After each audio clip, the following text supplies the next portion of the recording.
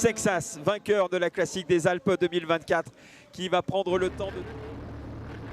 Bonjour à toutes et à tous, bienvenue sur les routes de la Classique des Alpes, l'un des grands rendez-vous de la saison des moins de 19 ans. Bonjour Jean-Claude Noyer, notre consultant qu'on retrouve avec grand plaisir aujourd'hui. Bonjour Nicolas, bonjour à toutes et à tous, bienvenue sur les routes, souvent avec des averses, disons, et un temps malheureusement orageux sur ces routes, donc de la Classique des Alpes entre Ruy-Monceau et la Bridoire. C'est vrai que ces dernières années, on ne fait pas les choses à moitié. Soit c'est une canicule 40 degrés, soit c'est le temps que nous avons aujourd'hui. On va tout de suite parler de ce qui s'est passé depuis ce matin. De nombreuses chutes malheureusement dans le peloton. Les conditions météo qui ont joué des tours aux coureurs. Deux hommes ouvrent la route après le Mont-Tournier. Ils se sont isolés à 1 km du sommet. On les retrouve en bas de cette première difficulté. Nous avons à l'avant un coureur de la formation italienne, le team Grenk Auto Eder. Alors c'est pas une équipe italienne, c'est une équipe qui porte pavillon israélien, qui est tout simplement la réserve junior de Labora, Jean-Claude. On retrouve la présence dans ce groupe de tête de Roberto Capello, le coureur italien. Voilà pourquoi je parlais de coureur italien. Et puis nous avons un Français, un Beaufortin, Gustave Blanc, qui porte le maillot de la région Auvergne-Rhône-Alpes. D'habitude, il est dans une équipe néerlandaise qui n'est autre que la réserve junior de la Visma Lease Bike. Donc deux coureurs qui sont déjà bien placés au niveau international. Un a brillé en Espagne, l'autre s'est distingué sur les routes de Belgique et de la course de la paix. Les deux hommes qui comptent une petite trentaine de secondes sur un peloton. Jean-Claude, j'ai envie de dire un tout petit peloton. Ils étaient 157 au départ. Il ne serait qu'une quarantaine dans ce peloton que nous apercevons désormais sur les images. Oui, dans l'ascension donc de la deuxième difficulté du jour, la côte de Saint-Genis-les-Villages.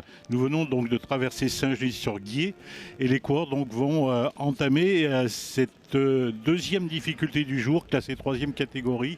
La côte de Saint-Genis, c'est 3 km 200 à peu près 6% de moyenne.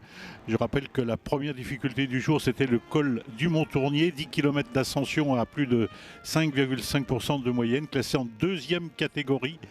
Et nous sommes donc dans la deuxième des 5 difficultés qui sont proposées. Il restera le col de la Cruzille, le Mont du Chat et pour terminer donc le col du Banchet. Ça nous promet donc un beau programme, Nicolas. C'est un parcours très classique pour cette Classique des Alpes, puisque c'est un parcours qui est utilisé par Christelle Rail et toute l'équipe du Coteny, avec Michel Beau également pour l'organisation de cette Classique. Un parcours qui a fait ses preuves, Jean-Claude. On reviendra tout à l'heure sur le palmarès. Ce que je vous propose déjà, c'est de voir le départ ce matin. Nous étions à Ruy-Monceau, commune située dans la banlieue de Bourgoin-Jallieu. Chaussée très humide après donc les averses de la matinée. Les coureurs qui ont alterné entre pluie, averse et beau temps tout au long de cette matinée. Classique des Alpes, l'un des très grands rendez-vous de la saison des moins de 19 ans. Voilà, on salue également la présence de François Lemarchand, d'Amaury Sport Organisation, qui soutient cette Classique des Alpes. François Lemarchand, donc le directeur de course, qui était aux côtés de Jackie Verderet, le président du jury, dans cette voiture direction de course. Départ réel qui a été donné un peu après 12 heures. Bien entendu, les attaques toujours traditionnelles du kilomètre zéro. Ça a bataillé pendant plus d'une heure pour aller au pied du Mont-Tournier. Rien de très significatif, Jean-Claude. Il n'y a aucune échappée qui a réussi à prendre corps. Contrairement à d'autres années où on avait un gros groupe souvent qui ouvrait la route lorsque les coureurs allaient chercher le Mont-Tournier.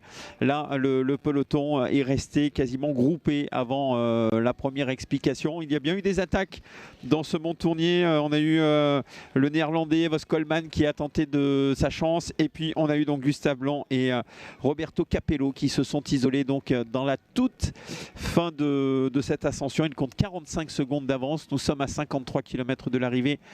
Mais Jean-Claude le disait, oh combien difficile ces 53 km. C'est un parcours désormais qui ne laissera aucun répit aux coureurs de moins de 19 ans qui sont sur cette Classique des Alpes. Oui, tout à fait. C'est une course donc en deux volets. On va dire un premier volet qui est plat et qui nous emmène donc sur Yenne et le pied donc du col du Mont-Tournier. Et puis un deuxième volet qui est vraiment un volet de montagne. On monte et on descend sans arrêt, donc le Mont-Tournier, Saint-Gilles-Village, le col de la Cruzille, le Mont du Chat et pour terminer le col du Banchet. Donc vraiment c'est une course de côte à laquelle donc on va assister à plus de 2500 mètres de dénivelé positif dans cette 30e édition déjà de cette classique des Alpes juniors. On reviendra sur les 29 premières éditions avec des chiffres, j'ai presque envie de dire stratosphériques lorsqu'on regarde le palmarès de cette classique des Alpes, mais je vous propose de revenir en détail sur ce parcours de cette 30e édition. Départ traditionnel de Ruy-Monceau pour un défilé dans les rues de Bourgoin-Jallieu et un départ réel à la sortie de la ville. La course prendra la direction est et l'entrée en Savoie au passage sur le Guiers. Après une boucle par Rienne et le défilé de la Palme, le col du Mont-Tournier se présentera aux coureurs pour 10 km d'ascension régulière et revenir à Saint-Genis-les-Villages pour un deuxième passage. La course serpentera ensuite au cœur de l'avant-pays savoyard via la côte de Saint-Genis, le col de la Cruzille, le redoutable Mont du Chat et ses 1150 mètres d'altitude avant de revenir à Novalaise. La fin du tracé empruntera le col du Bonchet sur son versant plus accessible avant de plonger vers la Bridoire après 132 km et 2500 mètres de dénivelé positif. Un nouveau grand espoir du cyclisme devrait, à n'en pas douter, apparaître. 132 km 500 et toutes les difficultés concentrées dans les 70 derniers kilomètres. On retrouve le groupe de tête avec le coureur qui porte le maillot de l'équipe Auvergne-Rhône-Alpes, c'est Gustave Blanc. Salut Frédéric Macaudière, le directeur sportif de cette formation, qui avait eu le bonheur, Jean-Claude, de voir l'un des siens gagner la saison dernière, puisque ce n'est autre que Paul Sexas qui avait gagné, qui avait écrasé la concurrence sur la classique des Alpes 2024. On sait que le grand espoir du cyclisme français sera dès demain au départ du Dauphiné libéré. Quelle progression dans Dauphiné, critérium du Dauphiné, c'est vrai que ce n'est plus le Dauphiné libéré, on est resté sur l'ancienne appellation. Et quelle progression, et si l'on regarde comme on le fait chaque année, le palmarès des 29 premières éditions, on a compté ce matin sur les 29 vainqueurs, 24 sont passés professionnels. Les 5 dernières années, Valentin Paré-Peintre quasiment à domicile puisqu'une partie de sa famille habite et est originaire de la Bridoire, gagné en 2019. Rappelez que le grand frère Aurélien avait gagné en 2013.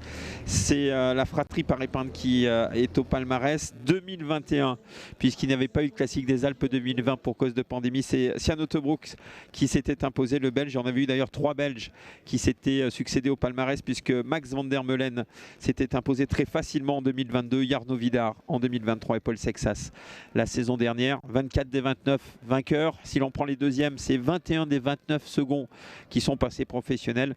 Et puis 18 des 29 troisièmes du podium sont également passés professionnels. C'est des chiffres vraiment incroyables, Jean-Claude. Preuve que la classique des Alpes est un passage obligé pour les meilleurs juniors de la planète. Oui, certainement. Quand on voit ce pourcentage de coureurs qui passent à l'échelon supérieur, c'est édifiant, tout simplement, quoi.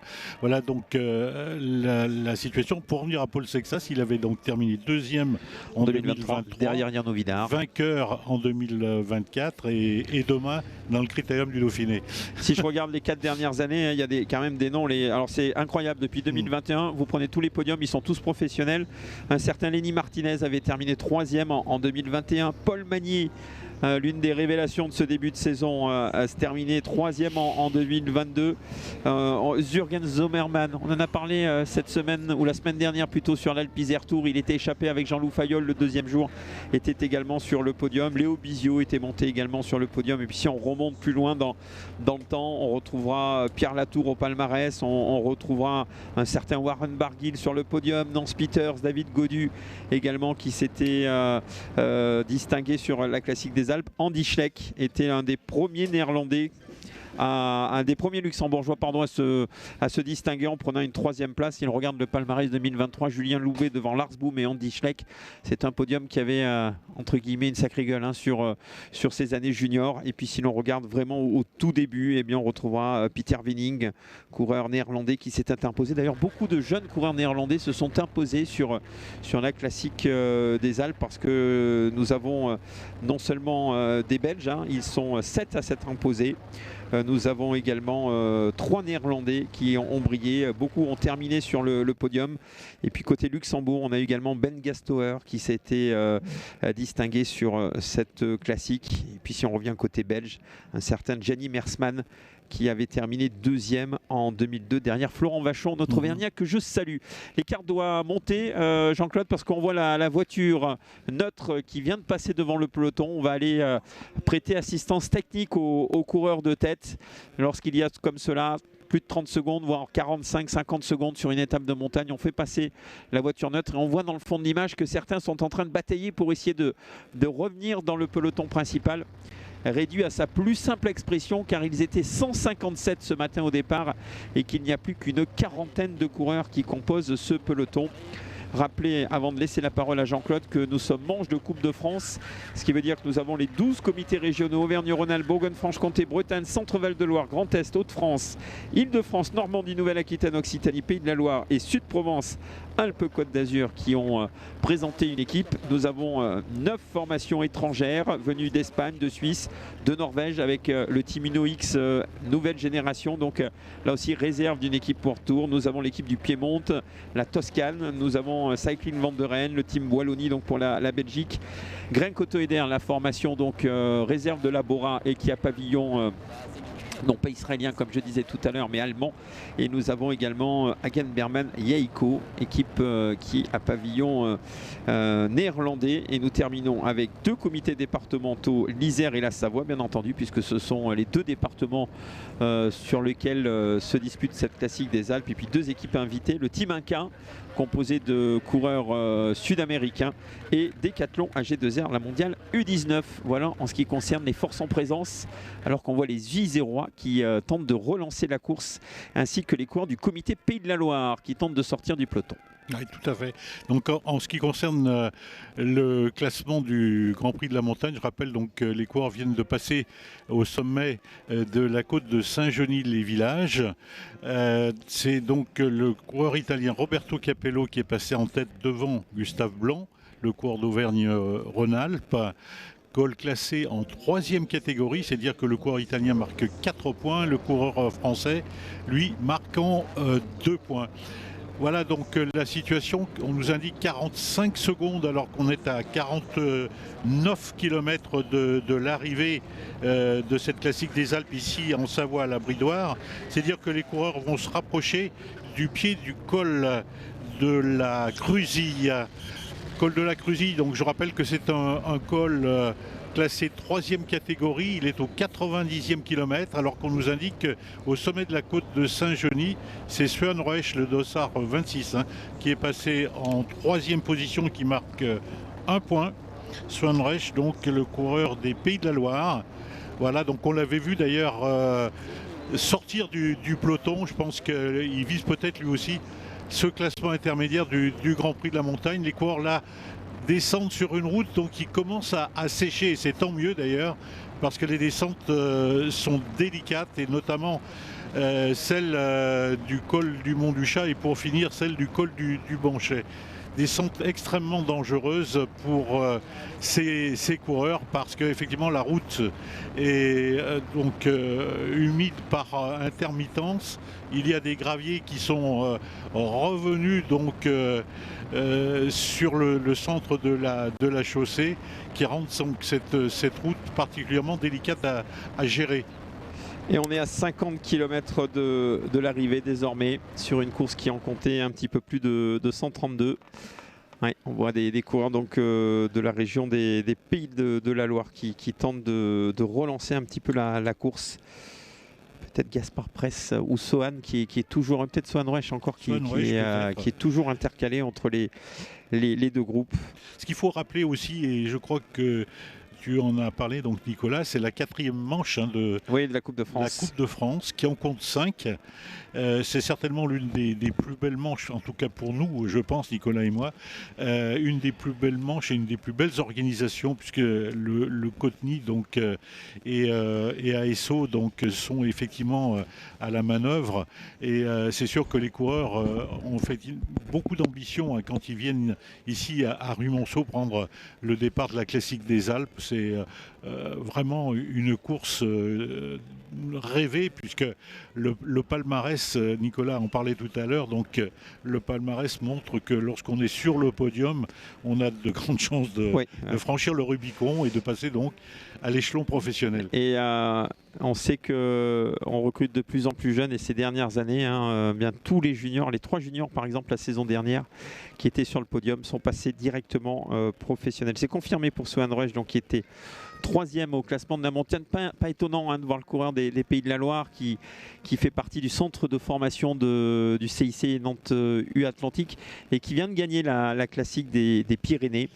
Et puis rappeler, puisque nous parlons de cette Coupe de France des moins de 19 ans, que tout a commencé cette année à la Pével Classique du côté des Hauts-de-France. On a ensuite eu le chrono 47, le Tour du Carmosin à Ségala.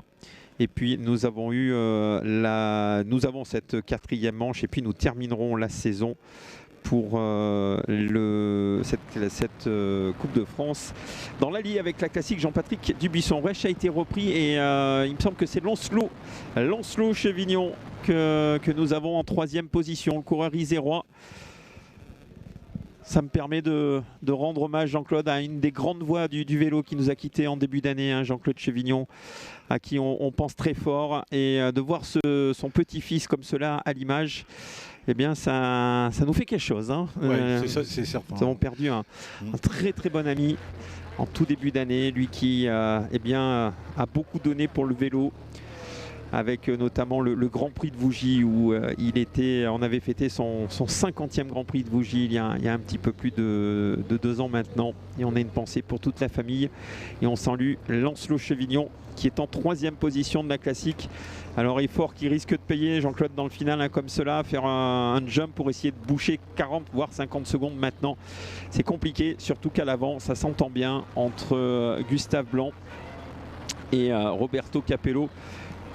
De toute façon, Jean-Claude, les deux n'ont plus le choix. Ils ont décidé d'emballer la course au Mont-Tournier. Maintenant, il faut aller jusqu'au bout de ses idées et essayer d'aller aborder le Mont du Chat avec une belle avance, car on sait que c'est dans le Mont du Chat que la décision entre les tout meilleurs du peloton se fera dans cette classique des Alpes.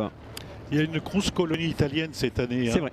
Grosse colonie italienne, et on reparle du renouveau du cyclisme italien, et c'est tant mieux avec... Et je vais te préciser qu'il n'y a pas eu d'Italien depuis 29 éditions. Aucun Italien n'est monté sur le podium. C'est quand même assez incroyable. Aucun Italien au palmarès de cette classique des Alpes. Par contre, cette année, on a quand même l'équipe du Piémont, l'équipe de Toscane et des coureurs italiens, donc dans des teams comme Grenke, Otto Eder, Roberto Capello en est donc l'image. Roberto Capello qui est membre de l'équipe italienne, hein, de la nationale italienne. C'est vrai que c'est un coureur de grand talent, de même que Giacomo Serangeli, le 2e de l'Heroica récemment, Mattia Ballerini aussi, qui est un coureur de talent, puisqu'il est membre lui aussi de l'équipe d'Italie. Et c'est vrai qu'on a un peloton d'Italiens qui fait plaisir à voir. Reste effectivement à confirmer dans les 45 km donc, qui nous restent à parcourir, avec donc cette 3e difficulté du jour. Je rappelle donc que les coureurs ont passé d'ores et déjà le Mont-Tournier et la côte de Saint-Genis, et donc ils vont devoir affronter le col de la Cruzille. Je crois qu'on est dans les premiers contreforts de la Cruzille, et Gabriel Janter, me semble-t-il, du team Avenois et de la sélection des Hauts-de-France. On parlait de la Pével classique. Il était rentré dans les 10 premiers à domicile. Il avait brillé également sur la route d'Éole, qui est l'une des belles épreuves du début de saison chez les moins de 19 ans. On va saluer Maxime Petot, l'organisateur de cette route d'Éole, qui doit nous regarder. Et c'est bien Gabriel Janter qui est là avec le maillot de la sélection des Hauts-de-France. On va saluer Jean-Claude, qui nous suivent sur notre chaîne 1.sport, la chaîne des passionnés donc sur YouTube. Mais on va saluer également, bien entendu, Télé Grenoble, Vélo Plus TV également. Je sais qu'on nous a beaucoup suivis sur l'Alpe Isère Tour la semaine dernière. Encore une fois, un immense merci à vous tous et toutes qui nous avez suivis la semaine dernière sur un passionnant Alpe Isère Tour. N'oubliez pas, on sera encore ensemble demain pour la Grésivaudan classique pour fermer ce premier volet des organisations du Cotni qui eh bien, sera une nouvelle fois à domicile au mois d'août pour les championnats de France de l'avenir du 6 au 10 août. Ce sera encore un gros morceau côté organisation pour Michel Beau et toute son équipe. Jean Terre en compagnie de Lancelot Chevignon et Gabriel Janter. 40 secondes. Jean-Claude, il ne faudra pas traîner, hein. Il faudra essayer de rentrer très vite si on ne veut pas laisser trop de plumes, trop de force dans cette poursuite. On aborde la Cruzille avec quelques secondes d'avance sur un peloton principal emmené notamment par l'équipe d'Occitanie, car on rappelle que c'est Johan Blanc qui est leader du classement de cette Coupe de France. Garçon plein d'ambition ce week-end, aujourd'hui en tout cas pour cette classique des Alpes. Johan qui a une belle carte à jouer pour cette 4e manche. Il est leader à titre individuel, même s'il y a un classement par équipe très prisé par les différents comités français. Mais Johan lui joue une belle carte sur le côté individuel, alors que la Cruzille se monte grand train, que ce soit à l'avant, Jean-Claude, ou dans le groupe de chasse. C'est pas un col qui est très difficile. Très roulant, hein. ouais. C'est vraiment roulant. Le revêtement est bon dans l'ascension. Hein. Donc c'est vrai que c'est un col de 3e catégorie, mais qui nous effectivement permet de voir que les coureurs sont dans des difficultés, on va dire, moyennes. Par contre, il leur reste vraiment le plat de résistance avec le Mont du Chat, alors que nous entrons dans le dernier kilomètre de cette ascension du col de la Cruzille à la sortie de Sainte-Marie d'Alvet. Et les coureurs, donc, après ce col, vont basculer en direction de Novalaise. Alors on aura peut-être le passage du groupe de contre, alors qu'on voit que le soleil est en train de revenir sur la course en ce qui concerne pour le groupe de tête en tout cas. Et c'est tant mieux. Ouais. Et c'est vraiment très incertain. Ce qu'on craint, c'est bien entendu une route détrempée dans la descente du Mont du Chat côté montant. On va dire que ça ne change pas grand-chose pour les coureurs, mais c'est surtout ce côté descendant. On a eu beaucoup de chutes ce matin. Tout le monde avait quasiment réintégré le peloton au pied du Mont Tournier, mais c'est vrai que lorsque vous êtes victime d'une chute comme ça en début d'épreuve, c'est toujours compliqué. Vous laissez beaucoup de force. Alors que le groupe de contre tendrait à se rapprocher désormais. 30 secondes pour le duo. Je crois que le retour de Gabriel Janter a fait le plus grand bien, Jean-Claude, à Lancelot Chevignon. Ça a permis de relancer un petit peu ce deuxième groupe. Et on est en train peut-être de se rapprocher des deux hommes de tête. Un quatuor, ce serait pas inintéressant pour la suite de l'épreuve. Oui, tout à fait, oui. Avec 3 coureurs français en plus, hein, sur 4. Et donc, ça serait effectivement un bon quatuor. Ce ne sera pas un quatuor puisque le peloton est en train de revenir. Et c'est bien l'équipe d'Occitanie, de Benoît Malaval, le directeur sportif. Benoît donc qui a de belles ambitions avec ses coureurs et notamment, on le disait, avec Johan Blanc. Saluer cette formation. Leader de la Coupe de France à titre individuel. Oui, avec 108 points, il a une avance, disons, confortable, hein, le coureur qui porte d'ailleurs le dossard numéro 1. 108 points donc. Et le deuxième n'est autre que Alex Dolter, qui a un retard déjà de 20 points, hein, sur le leader actuel de cette Coupe de France. Voilà, le peloton, Lancelot et Gabriel sont rentrés dans le rang.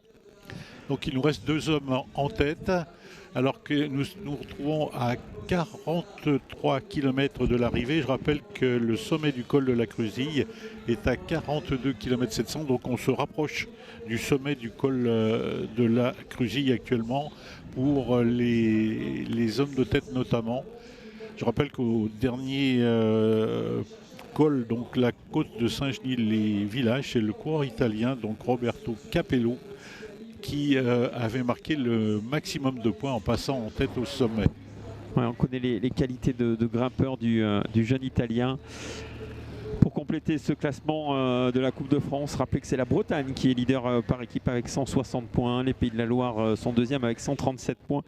L'Île-de-France avec 121, la Nouvelle-Aquitaine 111, Bourgogne-Franche-Comté 105 et en sixième position Auvergne-Rhône-Alpes avec 103 points.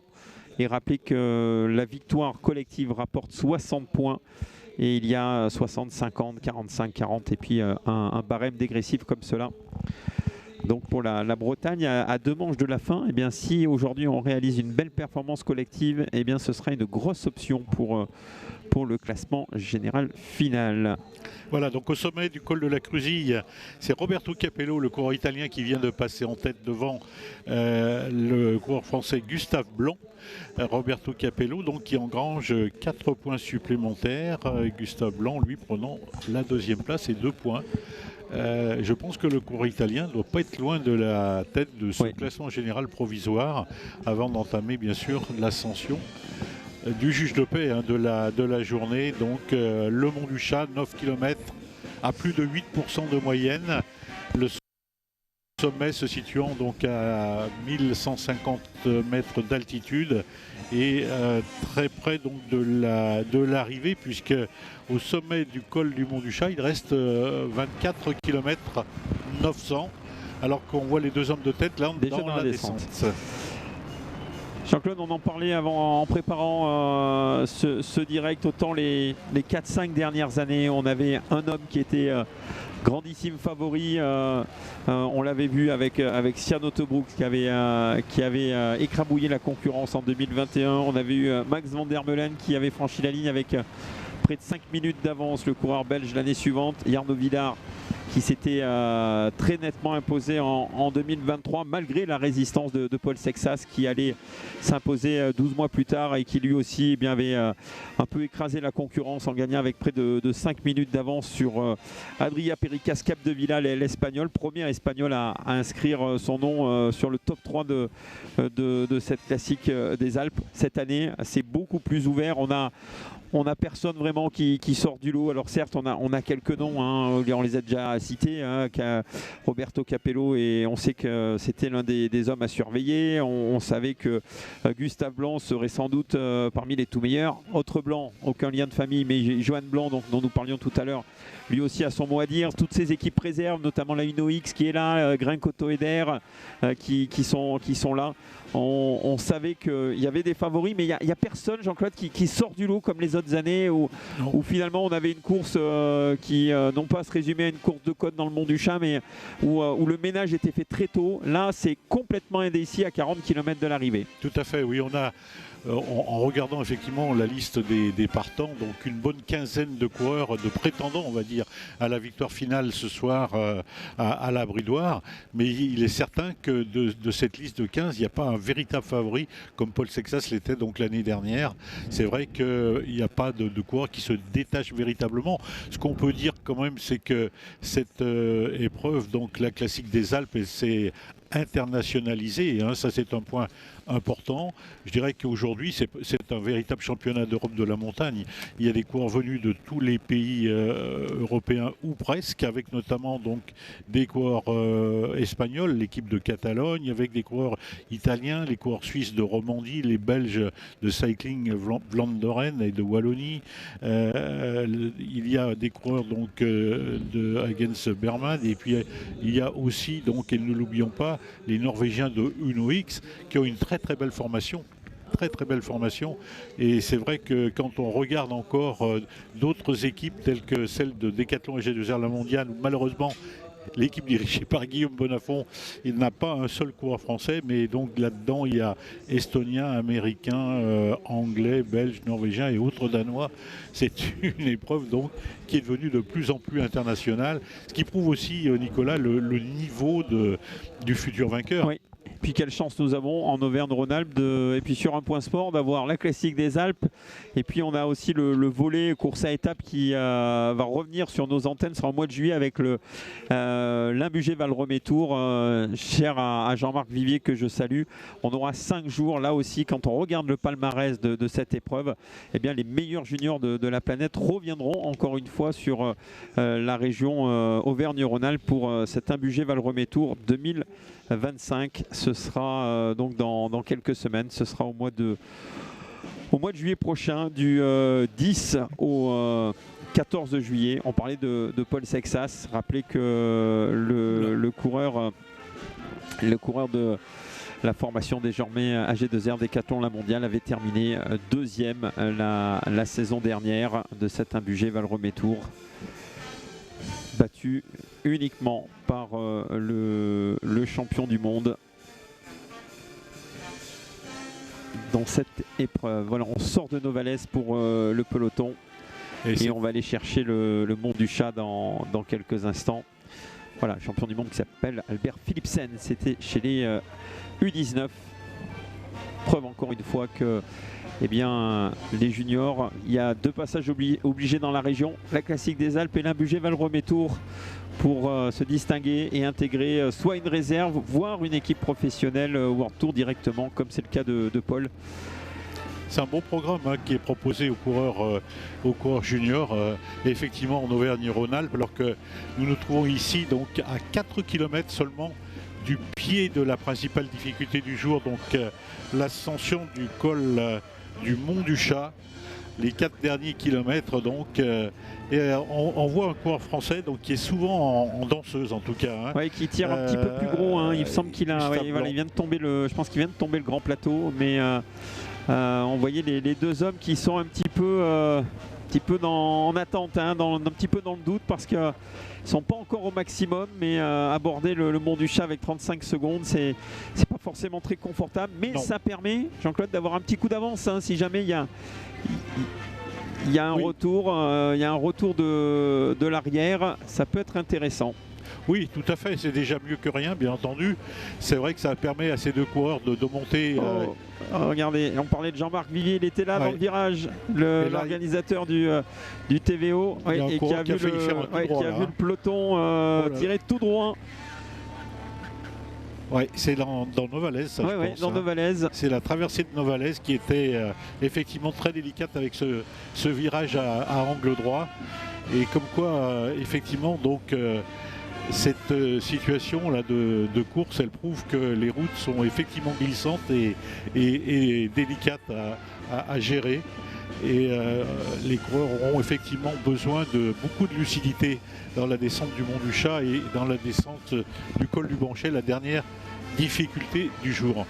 Ouais, Gustave Blanc qui incite Roberto Capello à passer. On sentait bien que l'Italien avait un petit temps avant de prendre le relais. Ouais, les deux hommes qui savent pas trop comment, je pense, s'organiser. Est-ce qu'on se lance complètement à fond? Est-ce qu'on essaie de garder ces 35-40 secondes avant le début de l'ascension? La différence par rapport à d'habitude, c'est qu'ils vont être encore 40-45 au pied, donc on risque d'avoir une grosse accélération dans le peloton. Voilà. Parce qu'on va arriver au pied. Ouais, c'est le cas, voilà, avec l'équipe d'Occitanie qui annonce la couleur. On a AG2R Décathlon U19 également aux avant-postes. Ce sont les deux formations qui ont pris la chasse à leur compte et qui vont essayer de rapprocher le peloton. Alors on doit préparer le travail on doit préparer le terrain pour Johan Blanc du côté occitan et côté Décathlon AG2R, peut-être pour Braden Reitz, le coureur américain qui a été souvent cité ce matin parmi les coureurs à surveiller, et notamment tu parlais de Guillaume Bonafont tout à l'heure, son directeur sportif nous disait le plus grand bien de ce garçon qui entame sa deuxième saison dans le collectif de la formation Décathlon AG2R et qui s'est distingué notamment sur Bruxelles-Kurn U19 où il est rentré dans les 5 premiers de cette grande classique belge et son volet junior. Le peloton, 35 secondes, on se rapproche du pied du Mont du Chat. Et rien n'est fait. On rappelle que les pourcentages vont être très, très costauds, très prononcés dans quelques minutes. Notamment donc au départ, au début de cette ascension qui est vraiment difficile. C'est vrai que les coureurs sont sur une partie donc plate, je dirais même, c'est un faux plat descendant actuellement. Et là, ils vont virer donc sur la droite et tout de suite être confrontés donc à des pourcentages supérieurs à 10% au départ. Et c'est vrai que là, ça fait très très mal. Surtout que l'écart se réduit, Nicolas. Et on nous indique donc 20 secondes seulement sur le peloton. Ça sera complètement insuffisant, bien entendu. Le peloton va fondre sur ces deux hommes de tête là, donc, et on l'a vu tout à l'heure avec notamment les coureurs d'Occitanie, les coureurs de Décathlon et G2R la mondiale. On parlait donc tout à l'heure effectivement de Braden Retz, le coureur de Décathlon. N'oublions pas non plus Sef Van Kerkhoff. Donc Guillaume Bonnafont me disait lui aussi beaucoup de bien. C'est un coureur qui nous vient de Belgique et qui semble être aussi à l'aise donc dans ce genre d'épreuve, on va dire, particulièrement difficile. 20 secondes, 35 km. Ouais. Profitez de ce petit temps de descente pour encore une fois remercier tous ceux qui nous ont suivis la semaine dernière sur l'Alpe Tour. Rappelez que vous pouvez bien entendu vous abonner sur Un Point Sport. C'est toujours et ce sera toujours gratuit, hein, la chaîne sur YouTube, donc pour suivre la saison. Alors moi ce que je vous conseille, c'est de vous abonner et vous mettez la petite clochette à droite de l'abonnement. Ça permet d'avoir les notifications pour tous les directs. La chaîne de plusieurs sports, hein. Vous n'avez pas que du vélo, donc il y aura une belle saison. Alors on aura également du VTT dans quelques semaines avec plusieurs épreuves. On vous donnera le programme demain des semaines à venir. Mais ce n'est pas que la chaîne du vélo, hein. C'est vraiment une chaîne de passionnés. Et merci parce que vous êtes plus de 10 000, ça y est, à être abonnés et à nous suivre tout au long de la saison. Bon, par contre, la mauvaise idée du jour, c'est de nous avoir mis en face de la fanfare de la Bridoire. J'espère que ça ne s'entend pas trop dans le live. Nous, on entend bien les musiciens. Ils sont brillants d'ailleurs, mais qu'on entend un tout petit peu trop. Voilà, 20 secondes, même 15 secondes. Je crois, Jean-Claude, qu'il n'y a plus personne entre le peloton, à part notre moto-image, entre le peloton et les échappés. Et c'est toujours l'équipe d'Occitanie, drivée par Benoît Malaval, qui emmène ce peloton très étiré maintenant. Ouais. On a effectivement peut-être un petit peu moins d'une quarantaine de coureurs, mais sous les coups de boutoir de ces coureurs occitans, c'est vrai que le peloton s'étire et revient à 15 secondes sur les deux coureurs de tête qui auront du mal à franchir donc les premiers hectomètres du col du Mont du Chat en tête. On va bientôt virer sur la droite et là donc les coureurs seront au pied de cette ascension, une ascension donc qui est longue de 9 km même, pardon, 9 km à 8%. Les voilà. Voilà parti. Donc l'ascension pour le Mont du Chat. Du Mont du Chat. Et là, on va tout de suite voir ce qui se passe déjà en tête entre le coureur italien, donc Roberto Capello, qui semble peut-être, pour moi en tout cas, plus à l'aise que. Oui, ils sont déjà là. Ils sont déjà là. On est rentré très fort, hein, dans ce Mont du Chat et toujours la formation de l'Occitanie qui emmène ce peloton sans doute pour Johan Blanc, le leader de la Coupe de France, qui va essayer de frapper un grand coup dans cette principale difficulté du jour. On rappelle après qu'il y aura le col du Bancher, Jean-Claude, mais pourcentage beaucoup moins important dans le col du Bancher.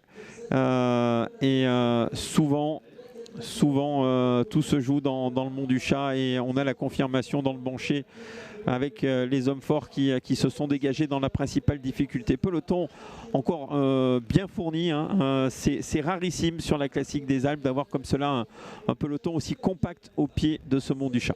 Oui, mais je pense que la sélection va se faire donc dans cette ascension, hein. C'est un col qui est difficile, hein, il faut le rappeler. On est donc ici dans une ascension longue de 9 km. Donc là, nous sommes dans le premier kilomètre simplement. Et il est clair que je pense que la sélection va s'opérer par l'arrière déjà. On le voit derrière, un peloton qui est en train de perdre beaucoup de coureurs dès le premier kilomètre d'ascension. Et toute l'équipe d'Occitanie, ou du moins ce qu'il en reste aux côtés de Johan Blanc, qui est en train de faire le forcing. La Véronée qui va sans doute tenter quelque chose dans les prochaines minutes. 13 secondes pour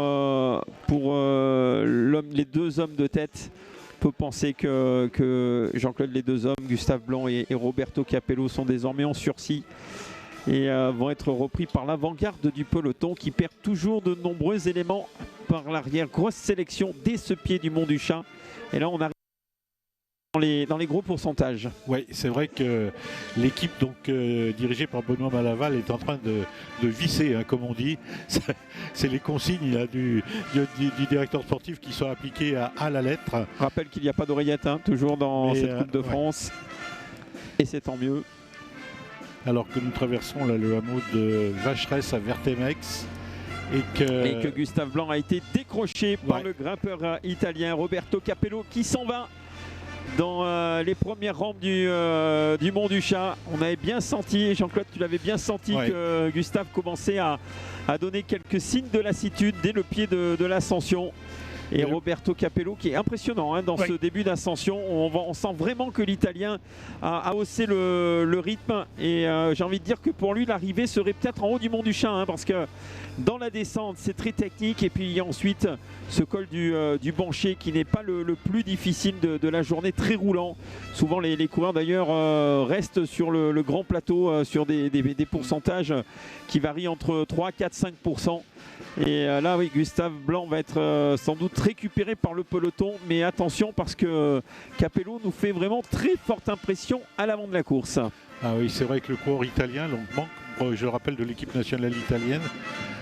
Donc Gregor Gasoda, le directeur sportif du team Grenke Auto Eder, disait ce matin qu'il en faisait l'un des favoris. C'est vrai qu'il ne s'était pas trompé, hein, il connaît bien son coureur. Il y a le premier étage de la fusée Occitane qui s'est écarté. Là, on voit le travail d'équipe, hein, de cette formation Occitane. Deux coureurs qui sont en train de complètement se sacrifier pour Gustave Blanc. Ou à bout l'abbaye, hein. On va en profiter pour briller le ciel qui n'est pas de pluie. Hein. Pas pour Gustave, pour Johan Blanc, pardon, puisque Gustave, lui, est en sursis entre le peloton et Roberto Capello, l'Italien, qui vient de s'isoler en tête. Fait belle impression ce coureur italien, donc alors que nous sommes à 32 km de l'arrivée. Je rappelle que le sommet du Mont des Chats est à 25 km, hein, de l'arrivée. C'est-à-dire qu'il reste encore 7 km pour basculer une nouvelle fois donc, en direction de Novalaise et du col du Bancher. Voilà donc le coureur français. Gustave Blanc qui va rentrer dans le rang, le coureur Auvergne-Rhône-Alpes. Il aura tenté. Hein, ouais, c'était bien tenté, mais encore une fois, et Roberto Capello qui résiste toujours, le coureur italien.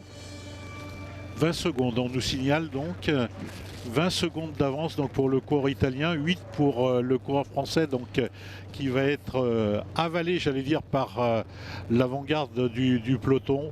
Le coureur italien, c'est vrai, fait belle impression. Voilà. N'oublions pas qu'il est quand même là depuis quand même de nombreux kilomètres. Ouais, hein. Il est encore très lucide, on l'a vu tourner la tête pour voir où était le peloton. Ouais, une cadence de pédalage assez élevée, hein, un braquet un peu moins important que Gustave Blanc tout à l'heure. Et là, on voit vraiment que ça tourne bien les jambes. Très tonique, très dynamique. Et le peloton, tout à l'heure, ça cassait. Mais là, nous avons une bonne trentaine de coureurs qui composent encore ce peloton principal. 31 km de l'arrivée. Ouais, on est lâché derrière. Hein. Un peu moins de 7 km du sommet. Il peut encore se passer beaucoup de choses. Mais pour le moment, eh bien, la formation Occitane, certes, fait le ménage dans le peloton, mais on ne reprend rien à Roberto Capello. Toujours seul en tête. Moins de 7 km du sommet de cette principale difficulté. Oui, je pense qu'il reste à peu près 25 coureurs, hein, pas plus au sein de ce peloton. Et ça décroche donc au fil des hectomètres. Ça décroche bien sûr, la sélection risque d'être impitoyable au sommet du col du Mont du Chat. C'est effectivement un classique, hein, je dirais le circuit emprunté. Je crois qu'il n'y a plus de deuxième étage de la fusée et Gustave Blanc en personne désormais qui emmène ce peloton. Peut-être pas prévu qu'on prenne comme cela le relais si tôt. Ouais, n'oublions pas qu'il reste de nombreux kilomètres, hein, encore. Et ça peut peut-être faire le jeu d'autres équipes, pourquoi pas, notamment de la formation Decathlon SG2R ou d'autres formations qui sont venues ici donc participer à cette 30e édition déjà de la classique des Alpes réservée aux coureurs juniors. Gustave Blanc donc, qui a été repris par le peloton. Donc si vous nous rejoignez, il n'y a plus qu'un coureur en tête, Roberto Capello du team Grincoto Eder. Ouais, qui monte en maître, hein, Capello. Ah oui, je savais bien que tu allais nous la faire celle-là. Ouais. Très lucide, hein, le coureur italien qui a vraiment couru au millimètre, qui a gardé Gustave Blanc avec lui jusqu'au pied de la principale difficulté. Oui, Gustave pourtant nous faisait belle impression en début de retransmission. Mais les coureurs italiens ont beaucoup de pédales, hein, franchement. Je ne sais pas s'il va passer au sommet du col du Mont du Chat seul en tête, mais c'est vrai que alors qu'il est en train ici donc de se ravitailler ici à la sortie de Vertemex, eh bien c'est vrai qu'il nous fait forte impression ce coureur italien. Donc seul d'ores et déjà donc il aura marqué cette édition 2025, la 30e. C'est vrai que les coureurs italiens, on le disait tout à l'heure, donc sont venus en nombre participer à cette classique des Alpes, ce Grand Prix de la montagne, on va dire, pour être plus précis. Et rappelez que le coureur italien sort de la course de la P1 où il terminait 3e, où un certain Johan Blanc était parmi les tout meilleurs à une dizaine de secondes du podium. Course de la paix donc, qui a eu lieu au mois de mai, alors même si la course qui a lieu désormais en République tchèque n'a plus le lustre d'antan, mais ça reste là aussi un des grands classiques pour les U19, et ça reste bien entendu une course de référence lorsque vous êtes vainqueur d'étape ou sur le podium de ce genre de course. Eh bien, les directeurs sportifs ont bien entendu un œil sur vos performances suivantes. 25 secondes. Eh bien, dites-moi, l'Italien est en train de creuser petit à petit l'écart avec le peloton. Non seulement l'écart ne diminue plus, mais a tendance à augmenter. Pourtant, le peloton, Jean-Claude, il n'y a pas de... On ne se regarde pas, hein. On a toujours quelqu'un qui relance un petit peu la poursuite dans ce peloton, et peloton qui perd encore de plus en plus d'éléments désormais. Ils ne sont plus qu'une petite, encore 25-30 coureurs dans ce peloton. Peut-être que les coureurs ont reçu donc des consignes de leur directeur sportif au départ de la course en disant finalement on se réserve pour les 3 derniers kilomètres, parce que c'est vrai que le final du col du Mont du Chat n'est pas simple, et il est certain que maintenir un écart tel que celui-là, donc entre 20 et 40 secondes, c'est effectivement pas grand-chose quand on connaît ce qu'il reste encore à parcourir et les difficultés des derniers kilomètres de ce col du Mont du Chat qui est redoutable. 17-18 km/h, même un petit peu plus, quasiment 20 km/h, on nous soufflait dans le casque. Et le peloton qui est dans l'épingle en dessous. Oui, là il y a eu encore une fois un bel écrémage, et on retrouve l'équipe Auvergne-Rhône-Alpes une nouvelle fois aux avant-postes. Ils sont à domicile. Peut-être pour Soren Bruyère-Joumard qui a réalisé une belle saison de cyclocross, qui a envie de se tester. C'est que Soren a été victime d'un problème mécanique très tôt et a dû s'employer pour reprendre sa place. Là il y a eu deuxième écrémage sérieux dans ce peloton. N'oublions pas les coureurs, je te coupe. On voit les coureurs également du Team Inca sur la droite de l'image, gauche de la chaussée. Les Colombiens. Ça doit être Kevin Andreas Estupian Vargas ou peut-être Kevin Perazzola Granados. Donc on rappelle que cette formation qui est drivée par Paul Sauvage, le directeur sportif, a pour vocation de permettre à des coureurs sud-américains, mais pas que, parce qu'on a eu des Britanniques également dans cette formation, permettre à des coureurs sud-américains de venir en Europe pour découvrir le cyclisme de haut niveau. Ils ont des coureurs qui sont passés professionnels dans cette formation. Et ce sont des coureurs qui sont hébergés et le service course qui est dans le Cantal. Alors qu'on nous annonce la crevaison de Timothée Coudir-Quentin des Pays de la Loire. Alors même s'il n'y a pas de bon moment pour crever, c'est pas loin d'être le pire alors que vous êtes dans le mont du Chat et que ça mène un grand train comme nous le voyons à l'image. Toujours donc 25 secondes, toujours pour revenir à ce que tu disais donc Nicolas au niveau d'Auvergne-Rhône-Alpes, il y a une autre cartouche aussi dont on n'a peut-être pas trop parlé, c'est Valentin Martinet qui avait terminé à une très belle place d'honneur l'année dernière, donc cette classique des Alpes chez les juniors et qui lui aussi donc peut faire quelque chose aujourd'hui. Pour en venir à Kevin Estupiñán, donc Vargas, le coureur colombien, c'est un coureur qui vit à Bogota, il faut le savoir. Donc c'est un coureur qui est habitué à l'altitude. Alors là il vit plus à Aurillac en ce moment, si tu veux mon avis. Oui c'est sûr, mais traditionnellement donc, et notamment l'hiver, il est sur les hauteurs de Bogota. Il s'est illustré dans le Tour du pays de Vaud notamment.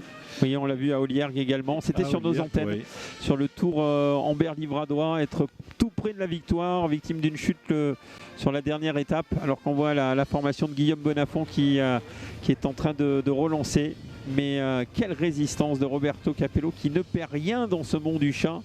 25 secondes et on le disait, il va vraiment falloir s'employer pour aller le chercher parce que Capello pour l'instant fait mieux que de résister, même si on sent qu'il y a une nette accélération en tête de peloton et qu'on se rapproche. Il y a encore une fois une grosse sélection qui est en train d'avoir lieu dans cette deuxième partie de l'ascension. Ouais, il ne perd rien mais il ne creuse pas. C'est ça le souci. C'est vrai qu'il est en train de réaliser une très très belle montée, le coureur italien, mais derrière j'ai l'impression que l'écart se réduit sérieusement et que le coureur italien donc va se faire reprendre avant le sommet du col du Mont du Chat. Une dizaine de secondes désormais, l'accélération a été très nette dans ce peloton.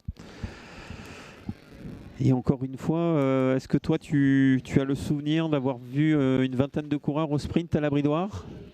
Alors justement, tu fais bien d'en parler Nicolas, parce que en venant donc sur la ligne d'arrivée, je rêvais à ce phénomène. Écoute, on va se le souhaiter. Et compte tenu du fait qu'il y a au départ une quinzaine, on va dire, voire 18 coureurs qui, pour moi en tout cas, étaient favoris de cette 30e édition et qu'aucun parmi ce lot ne se détachait réellement. Je me dis, est-ce qu'on ne pourrait pas assister à la Bridoire pour la première fois une victoire au sprint ?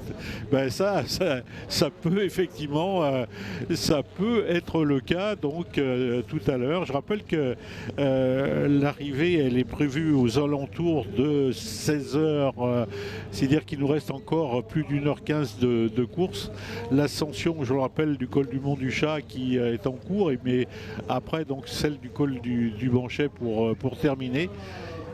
Sait-on jamais. Il y a effectivement donc aujourd'hui un tel nivellement dans les valeurs, y compris donc chez les coureurs juniors, et on l'a vu donc lors de l'Alpe Isère Tour, ça s'est joué à très peu de choses.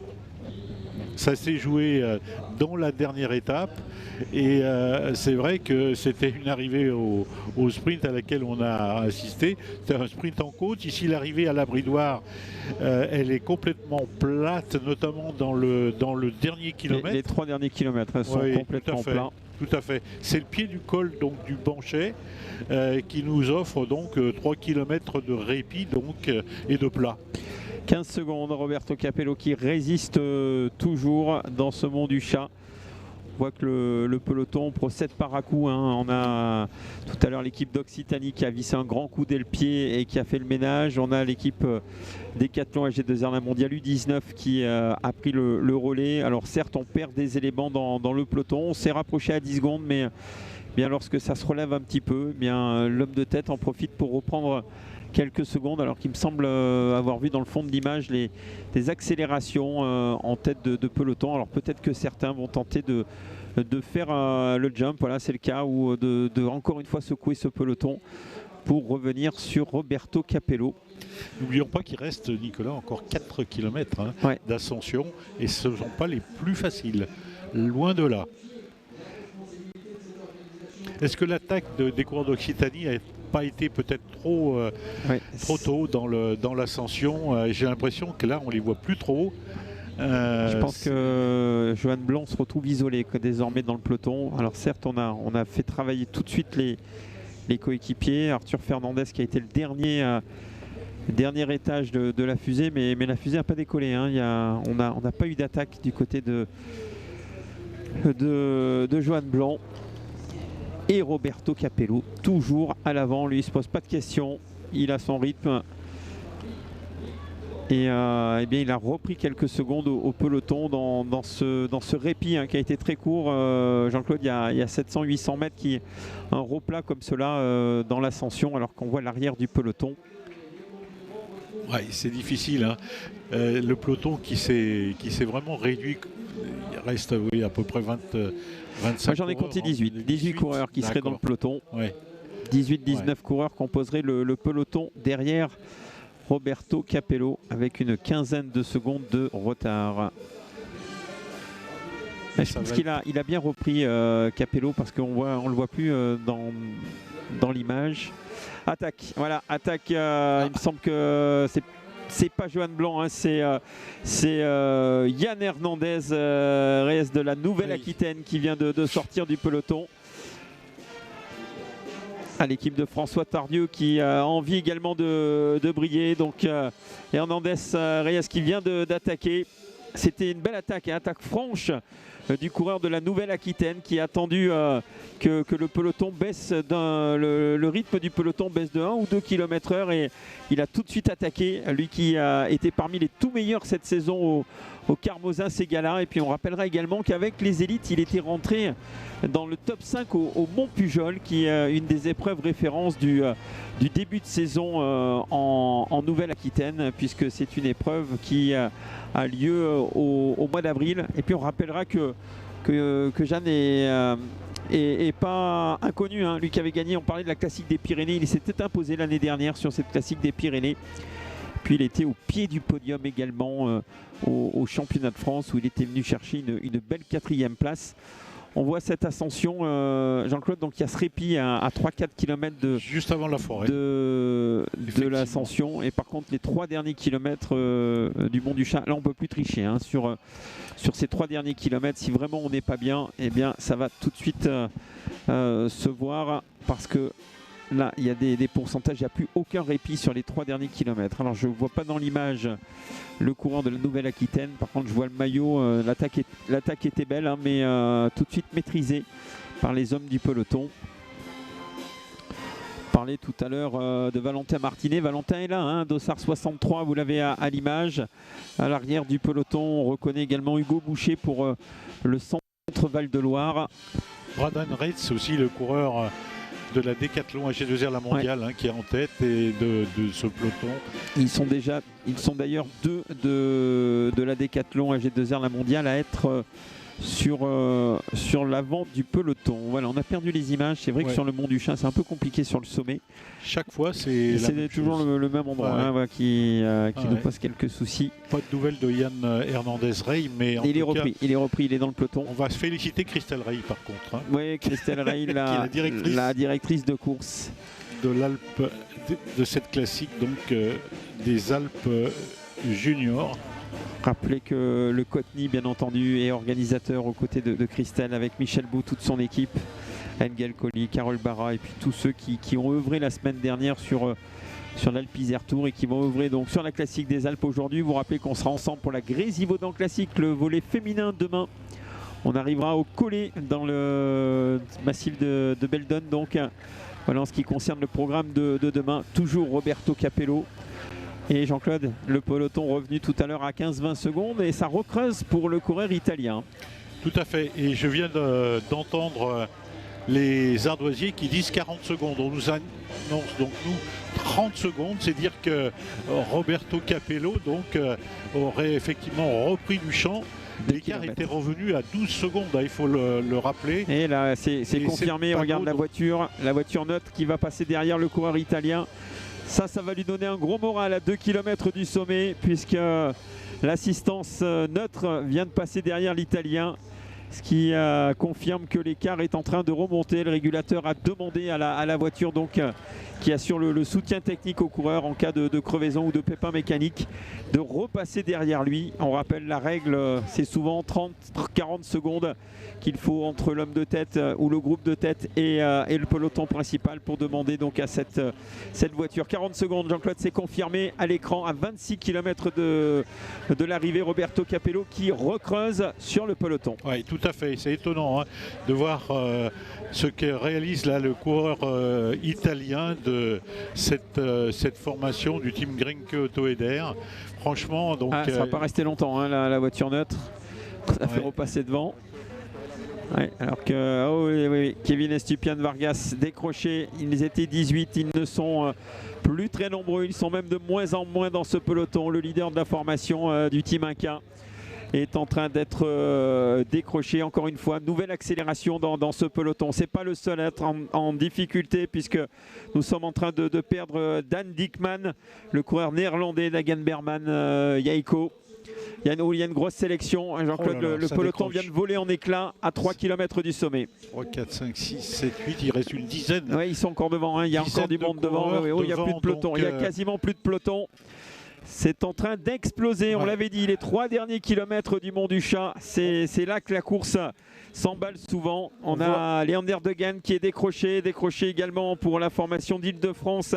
Yann Dubois qui était l'un des garçons souvent cités. On est en train de perdre Swan Rush. On est en train de perdre également Braden Reitz, le coureur américain dont nous parlions tout à l'heure. Oui, il y a un gros ménage dans ce peloton, et Capello a toujours lui un coup d'avance, 40 secondes d'avance sur le peloton principal. Alors je vais répondre à Nicolas T qui nous pose la question. Il monte le Mont du Chat par Yen, c'est bien confirmé. Il y a tellement de variantes sur le Mont du Chat, mais on va vous donner le passage. Donc on passe à Novalaise, et puis ensuite on monte par Vertemay, je crois, on ne prononce pas le X. Donc voilà en ce qui concerne le col de la Cruzie, Novalaise de l'autre côté, et puis ensuite Vertemay et la montée vers le Mont du Chat par le lieu-dit La Vacheresse. Voilà pour ceux qui veulent connaître avec exactitude ces derniers kilomètres de ce Mont du Chat. Nous sommes dans la forêt, dans les derniers hectomètres de cette difficile ascension, en vous rappelant que le sommet donc, du col est situé donc, à 25 km seulement de l'arrivée. Nous nous approchons donc du dernier kilomètre de cette ascension. Et le versant descendant aura vraiment son importance. Les autres années, on avait un coureur souvent seul devant qui pouvait assurer ces trajectoires. Alors certes, on a un homme devant, mais l'écart n'est pas définitif. 40 secondes. Alors on essaie de faire un peu de radio, mais peloton donc, qui a complètement explosé dans ce dernier kilomètre du Mont du Chat. Capello toujours annoncé en tête, avec une bonne trentaine de secondes d'avance sur le peloton. En souhaitant donc que les coureurs aient suffisamment de lucidité pour affronter cette descente extrêmement rapide et sinueuse du col du Mont du Chat. C'est une route étroite qui aujourd'hui donc est glissante. Cette chaussée est particulièrement glissante parce qu'il a plu, il y a eu des orages tout au long de cette journée dans cette région donc, du col du Mont du Chat. Une descente qui va être dangereuse effectivement pour l'ensemble des coureurs. Oui, 9 km de descente, on va vite revenir sur le pied du col du Bancher ensuite. Col du Bancher, on disait, c'est pas la principale difficulté, mais elle intervient après un peu plus de 115 km de course. Et c'est la répétition des efforts. Alors vous voyez la ligne d'arrivée sous la pluie. L'année dernière, on était sous la canicule pour cette arrivée de cette classique des Alpes U19. Là, cette année, c'est malheureusement bien une météo très incertaine. Beaucoup de pluie depuis ce matin, nombreuses averses. Et quand on aperçoit les sommets donc autour de l'abreuvoir, on voit que c'est bien pris, et on comprend que c'est un petit peu compliqué pour retrouver les images au sommet de ce Mont du Chat, un peu plus de 1150 mètres d'altitude, avant donc de redescendre sur Novalaise et d'aller chercher la dernière difficulté de cette classique des Alpes. Ouais.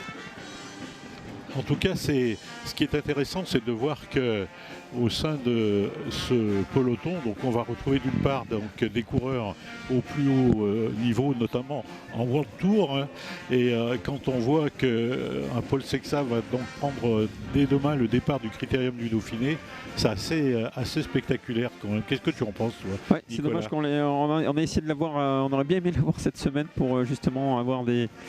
Voilà, on revoit le peloton qui a volé en éclats donc, dans cette dernière ascension, dans ces derniers kilomètres du Mont du Chat.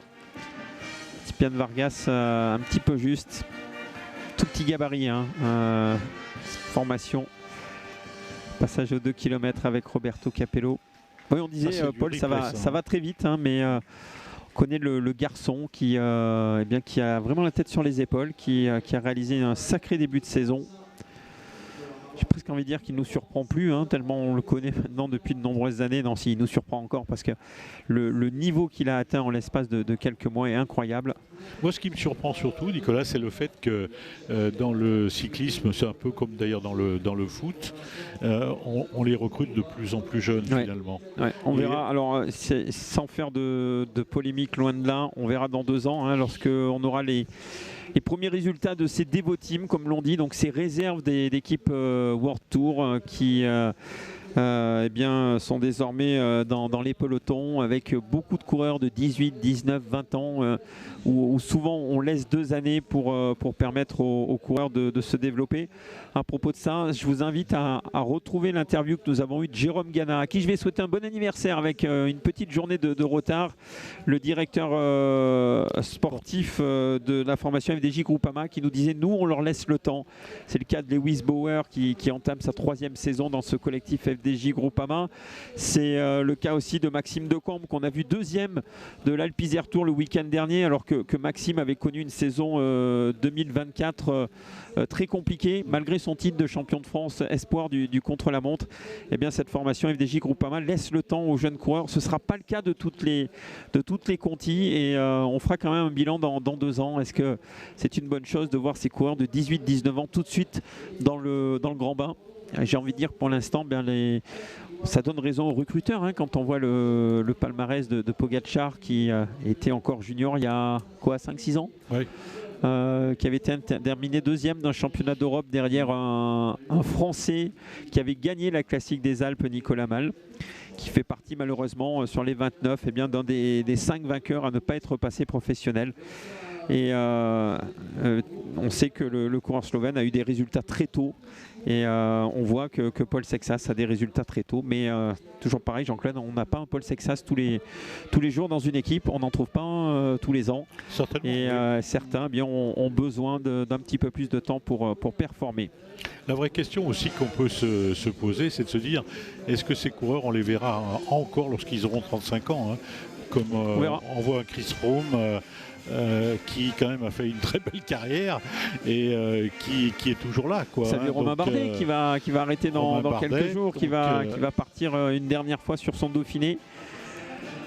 Et arrêter à la fin du Dauphiné, hein, avec un départ d'étape de Brioude, il faut le rappeler, donc le fief de Romain. Alors j'ai quelques infos à te donner alors que les coureurs sont en train de basculer au sommet du Mont du Chat. Roberto Capello est toujours seul devant et nous aurions 6 coureurs qui seraient en poursuite. On n'a pas encore l'écart. C'est vrai que même du côté des infos qui nous reviennent, eh bien, les réseaux sont très capricieux là-haut. Et bien entendu, les infos arrivent au compte-gouttes. Mais Roberto Capello a bien basculé en tête du Mont du Chat. Ce qui veut dire que le coureur italien sera ce soir le meilleur grimpeur, quoi qu'il arrive, de cette classique des Alpes 2025. Ça aurait été un des grands animateurs. Mais attention, côté descendant, ce sera peut-être intéressant pour un coureur seul face à 6 coureurs. On rappelle que cette descente, Jean-Claude, ça va aller très très vite et on retrouvera les coureurs au pied du bancher. Là par contre ça va être un col très roulant et ça peut être un avantage pour les 6 qui sont en poursuite si bien entendu on s'entend derrière le coureur italien. Oui, la difficulté, oui, ça va être effectivement de gérer les descentes. La descente du col du Banchet, je l'ai reconnue donc tout à l'heure, elle fait près de 6 km et c'est une descente elle aussi extrêmement périlleuse, hein. Route étroite avec un gravillon donc assez pointu qui ne rend pas du tout d'ailleurs. C'est vrai que c'est une descente délicate à gérer, et c'est vrai que là il faut vraiment avoir une lucidité parfaite pour arriver au pied de ce col du Banchet. Donc la situation alors toujours je pense donc toujours Capello, le Mont du Chat qui a été franchi, dernier kilomètre qui est pratiquement le plus dur, hein, pour aller basculer au sommet. Donc je sais qu'on récupère logiquement les images dans côté descendant. Donc on va rappeler simplement que Capello, il est passé en tête sur la côte de Saint-Genis-les-Villages. Il est passé en tête au sommet du col de la Cruzille, et il vient de basculer en tête donc au sommet du col du Mont du Chat. Je n'ai pas les classements donc du premier col de la journée qui était le col du Mont Tournier. Peut-être a-t-il marqué des points. En tout cas, donc le coureur italien cumule actuellement donc 4 et 4, 8 et 10, 18 points donc dans ce classement comptant pour le Grand Prix de la Montagne. Il reste effectivement un col de deuxième catégorie qui est celui du col du Banchet, donc situé au 123e kilomètre, c'est-à-dire à 10 km environ de la ligne d'arrivée ici à la Bridoire. Ce col du Banchet est en deuxième catégorie. Je rappelle donc que les points, c'est 6, 4, 2 et 1 point. Les 4 premiers coureurs au sommet du col du Banchet vont pouvoir donc grappiller encore quelques points pour ce classement du Grand Prix de la Montagne. Mais comme Nicolas le disait à juste titre, je pense que le coureur italien, effectivement, est certainement le meilleur grimpeur de cette journée. Je vais répondre à quelques questions. Oui, tous les coureurs ont moins de 19 ans puisque c'est une course réservée aux coureurs de moins de 19 ans. Les coureurs de la catégorie, on appelait ça la catégorie junior. Et alors, 3 coureurs qui sont devant ce garçon que nous retrouvons dans la descente alors qu'on a le classement de la montagne. Puis oui, je suis désolé pour la fanfare, mais voilà, elle a été placée en face de nous et malheureusement, ils sont bien installés et on ne peut pas les faire décaler.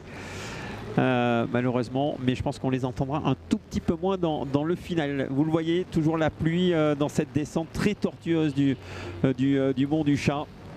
Descente ultra rapide mais très technique également.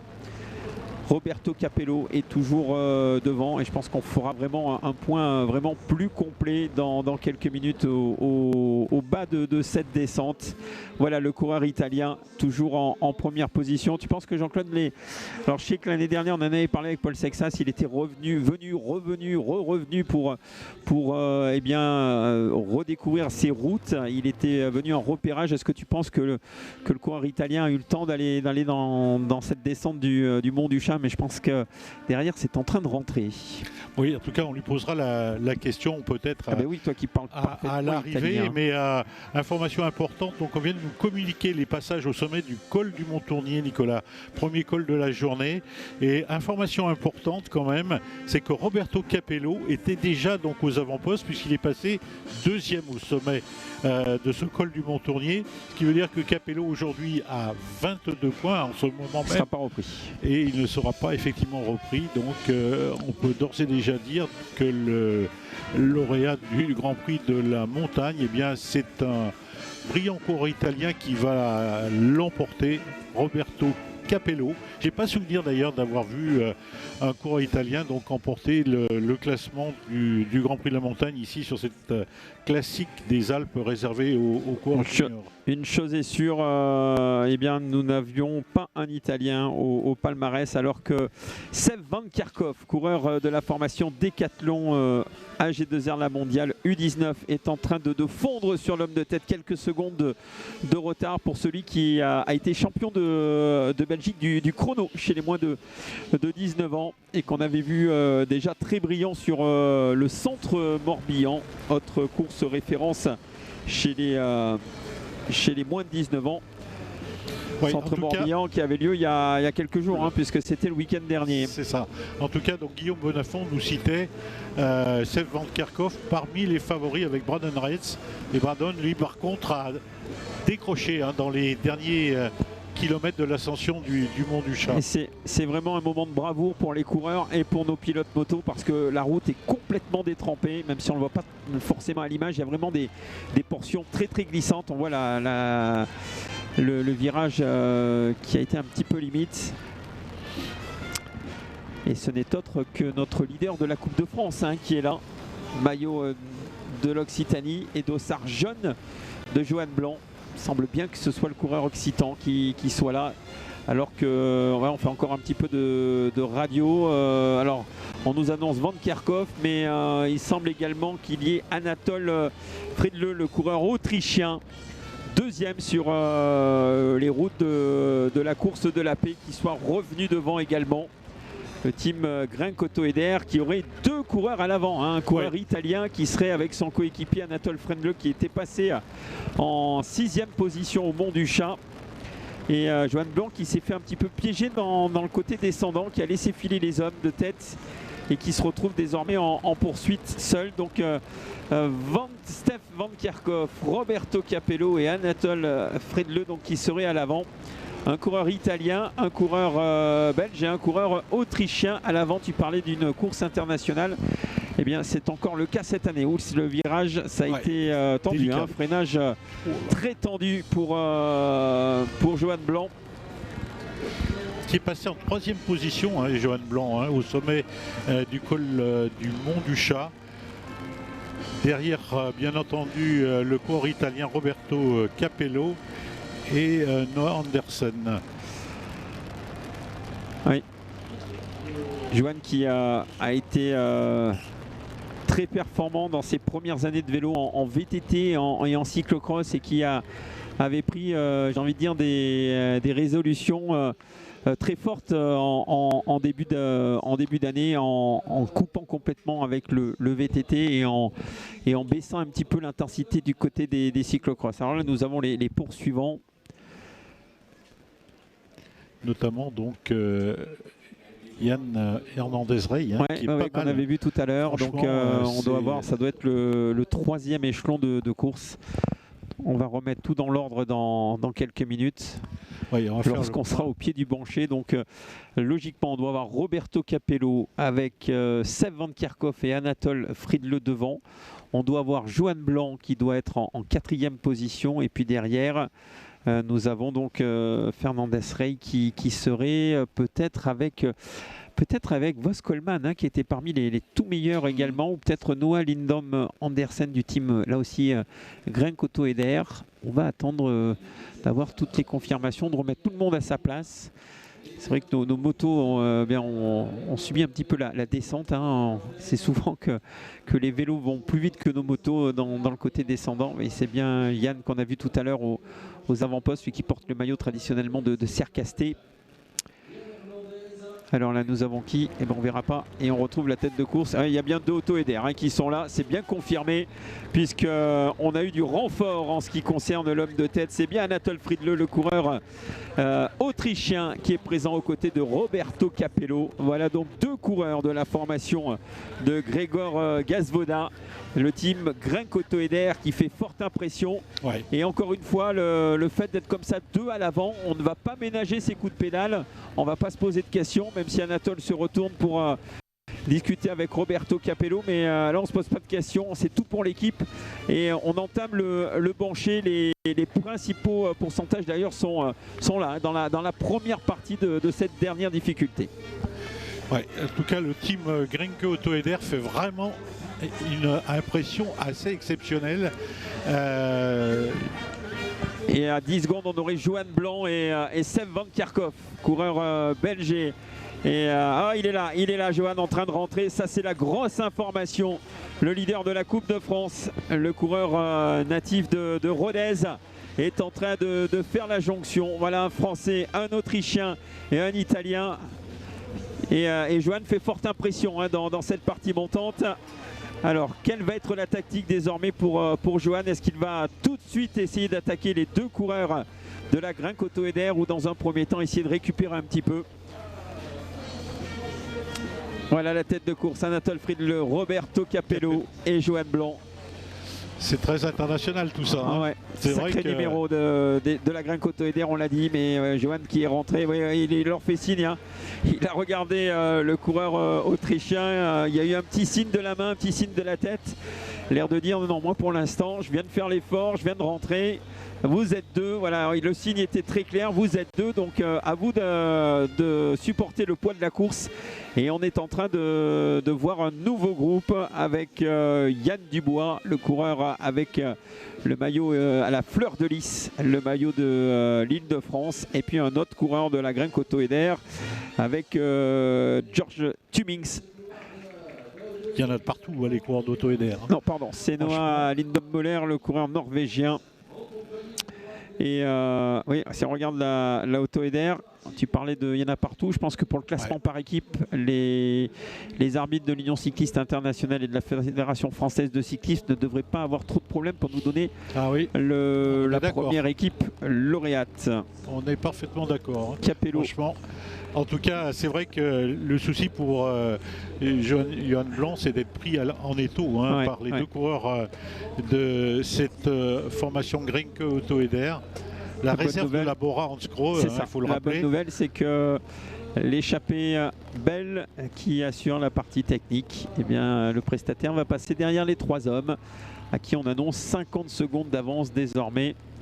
Seb Van Kerkhoff qui semble avoir complètement explosé, qui était sur le point de revenir tout à l'heure sur la tête de course, qui a vu Johan Blanc revenir sur lui et le décrocher. Ben là, regardez, la Grin Cotoeder, ils sont 4 sur l'avant de la course, puisque nous avons Andersen qui revient sur Karl Herzog, le coureur allemand. Ouais.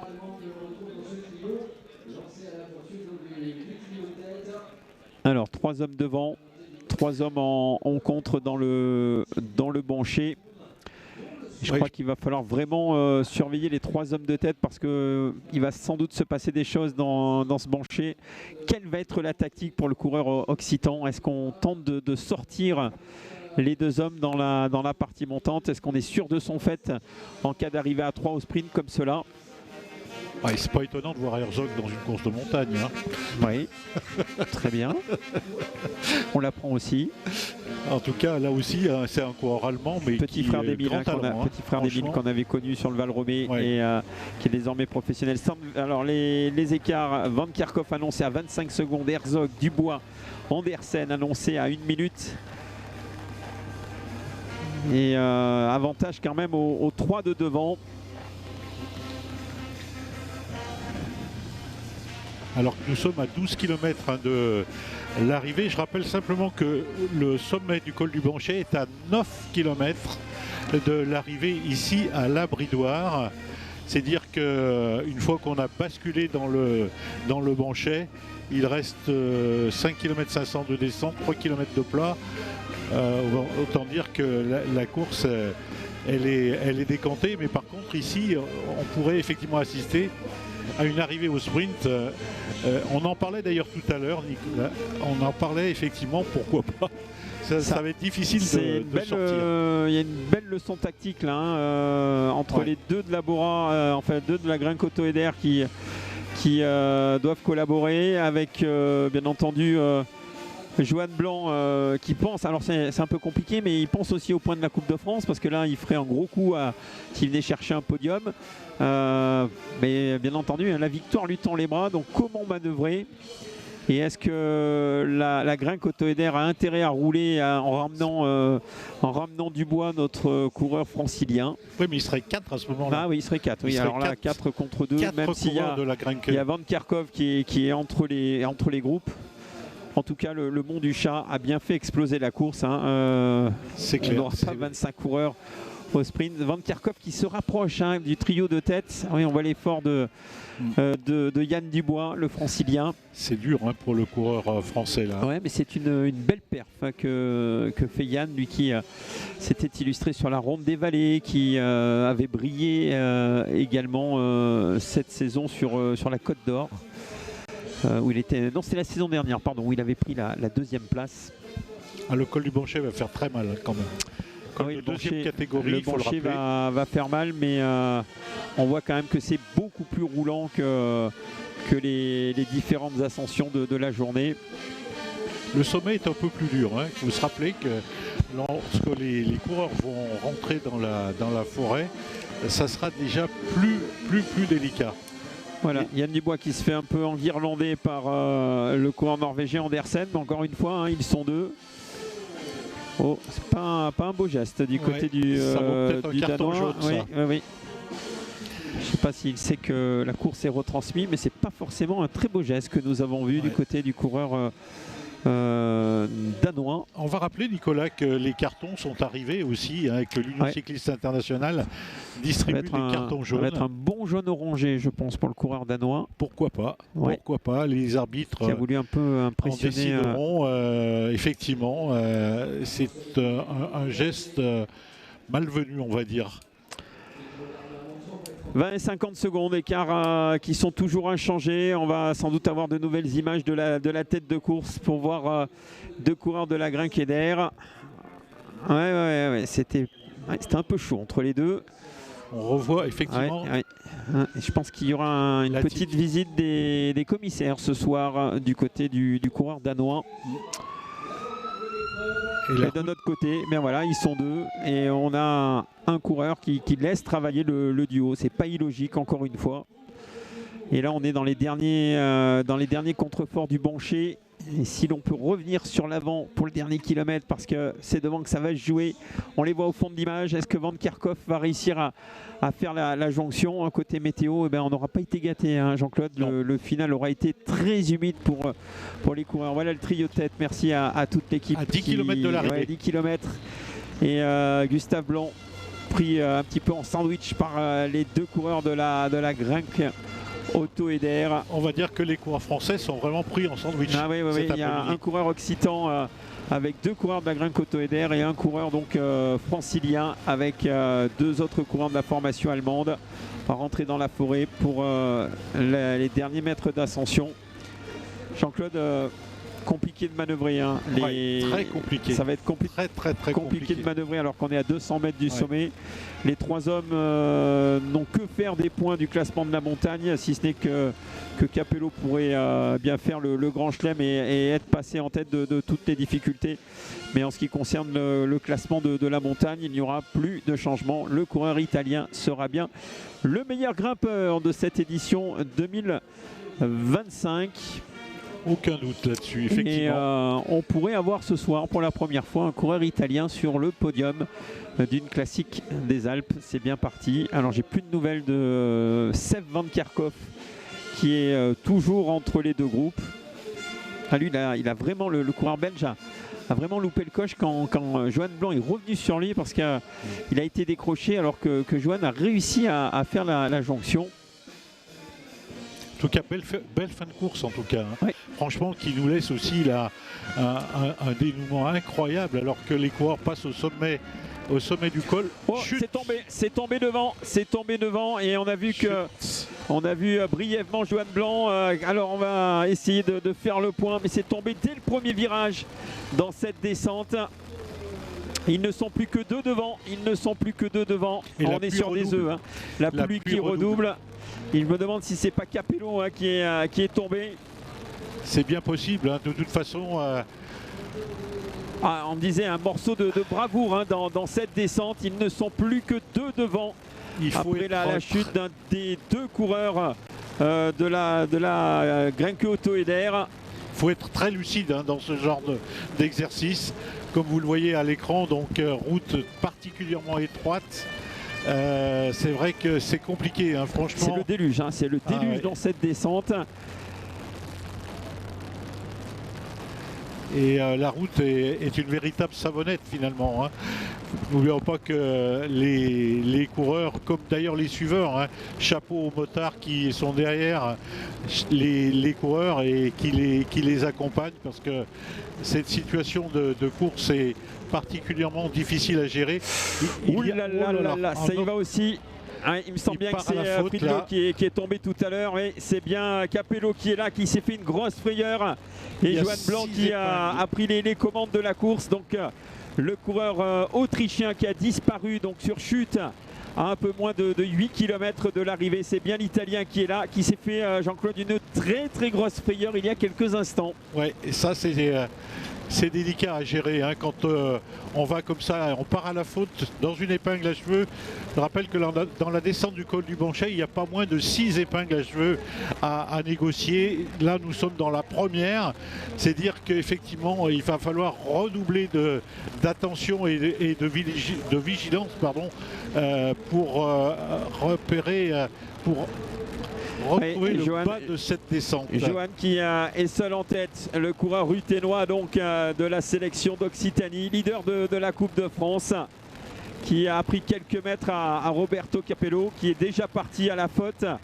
Et bien entendu, lorsque comme cela vous loupez dans le début d'une descente, vous n'êtes pas très en confiance pour la suite. Voilà, on revient le Friedle, le coureur autrichien en train de rentrer sur l'avant. Oh là là, prend des risques hein, le coureur autrichien là, hein, de la Grinke Anatole Friedle. Ouais, et on va avoir un trio qui va se reconstituer. À mon avis, au pied de la descente, ils seront 3.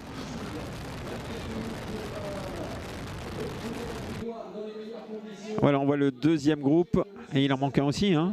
Ils sont plus que 2. Il en manque un aussi. Il y a dû avoir également du grabuge dans ce deuxième groupe. Alors on savait que le Mont du Chat côté versant montant allait faire une grosse sélection, mais la descente a fait également la sélection, Jean-Claude, avec les coureurs de la Grinke Auto Eder qui sont quasiment tous partis à la faute dans cette descente. On voit c'est détrempé, hein. C'est le déluge à 6 km de l'arrivée. Capello qui a pris les commandes, Blanc en deuxième position et Friedle qui est en queue de groupe. Voilà le trio. Qui arrive à Vérel de Montbel, hein, le dernier village avant l'arrivée ici à la Bridoise. C'est pratiquement donc il restera à 1500 mètres avant le pied de cette descente après la traversée de ce village de Vérel de Montbel. Et on s'aperçoit effectivement des quantités d'eau qui sont tombées sur la Savoie et sur l'avant-pays savoyard aujourd'hui. Ouais, et nos deux Français avaient bien repéré la descente hein, parce que Yann Dubois fait une descente impressionnante, le coureur de l'Île-de-France qui a laissé travailler il retrouve son copain danois, Noah Andersen, qui revient à son niveau. 5 km de l'arrivée, ça va se jouer avec les 3 devant. Hein. On va essayer bien entendu d'avoir un maximum d'images sur les 3. Il me semble que Roberto Capello est toujours devant. Johan Blanc est en deuxième position. Le coureur autrichien Friedle qui prend pas les meilleures trajectoires. Hein. Il n'est pas en confiance après sa chute. A laissé même quelques mètres de sécurité. Hein. Quand les coureurs comme cela gardent quelques mètres par rapport aux coureurs qui le précèdent, on ne reste pas dans la roue dans ces conditions de descente. Friedle, j'ai l'impression que il faut vite que ça se termine parce que le coureur autrichien est vraiment sur des œufs depuis de nombreux kilomètres. Oui, tout il à lui fait, tarde d'être à 3 km de l'arrivée et de retrouver un terrain un petit peu plus rectiligne et un petit peu plat. Alors que Capello, qui aura fait toute la course devant, est ressorti dans cette descente. Johan Blanc en deuxième position. On voit les dernières épingles. Et Friedle donc, qui ferme la marche de ce groupe. Le rôle des pneumatiques est essentiel hein, au niveau adhésion. Quand on courait, Nicolas, on disait qu'il fallait passer du vinaigre hein, sur les pneus pour avoir une meilleure adhésion. Je ne sais pas si les coureurs l'ont fait au départ. En tout cas, là, c'est vrai que c'est effectivement donc une course qui peut se jouer dans une descente. C'est assez incroyable. Mais en tout cas, donc, ils ont fait pratiquement jeu égal hein, dans l'ascension du col du Banchet. Et ils se retrouvent donc au pied de ce col. C'est pas une bonne nouvelle pour Johan parce que Capello est parti. Friedle bien entendu ne va pas rouler et le coureur français se retrouve un petit peu piégé dans le bas de cette descente et il va devoir faire l'effort hein, pour rentrer sur le coureur italien. Oh, il est donc Capello qui a fait un gros numéro dans ces derniers kilomètres. On l'a vu tout à l'heure en difficulté alors qu'on nous annonce Karl Herzog à 30 secondes. Ce qui voudrait dire que Herzog aurait lâché Dubois et Andersen dans cette descente. Ouais, c'est bien parti pour l'Italien. Hein. En tout cas, une domination totale hein, du team. Non, c'est pas l'Italien, c'est bien le coureur autrichien qui est devant, car Capello est là.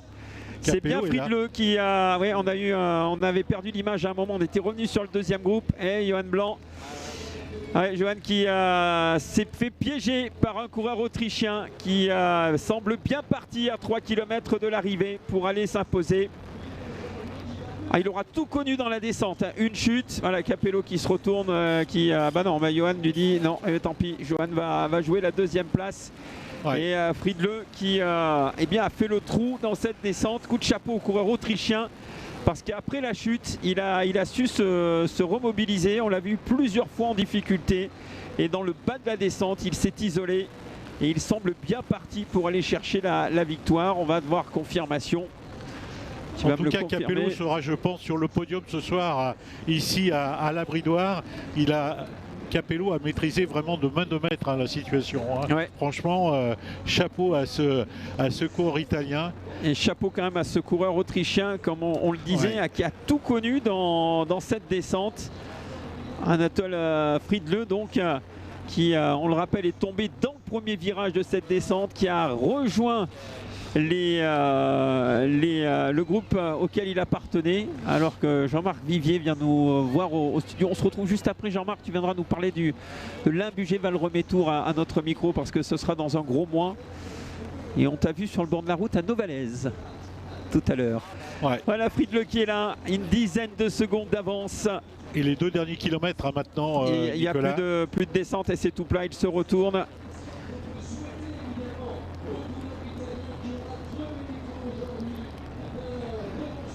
En tout cas, quel effort ont fourni ces coureurs juniors, hein, il faut le rappeler, dans cette 30e édition de la Classique des Alpes entre Ruy-Monceau dans l'Isère et la Bridoire en Savoie, avec plus de 2500 mètres de dénivelé positif au programme, pas moins de 5 ascensions et la victoire finale en ce qui concerne le Grand Prix de la Montagne, donc qui reviendra au coureur italien Capello, donc qui s'est vraiment illustré. Hein. Moi personnellement, c'est Roberto Capello qui m'a le plus impressionné aujourd'hui. Une grosse classique des Alpes. On rappelle, hein, il était dans cette première échappée. Il a résisté dans un premier temps au retour du peloton. Et le peloton s'était rapproché à une dizaine de secondes. Il a insisté. Un groupe de 6 ressortis dans le haut du Mont du Chat. Et seul Johan Blanc et Anatole Friedle, donc le coureur autrichien, ont pu le rejoindre. Et c'est un coureur autrichien qui va s'imposer au terme de ces 132 km. Ce serait la première fois, hein, je crois, qu'un coureur autrichien n'avait pas non plus sur le podium. Donc ça va être une année de grandes nouveautés dans cette classique des Alpes. Et on le rappelle encore une fois, sur les 29 premiers vainqueurs, 24 ont rejoint par la suite les rangs professionnels. Et si l'on regarde les 4 dernières années, eh bien c'est le podium en entier qui est parti donc chez les professionnels. Entrée de la Bridoire pour l'homme de tête, Anatole Friedle, qui devrait s'imposer donc au terme de ces 132 km 500.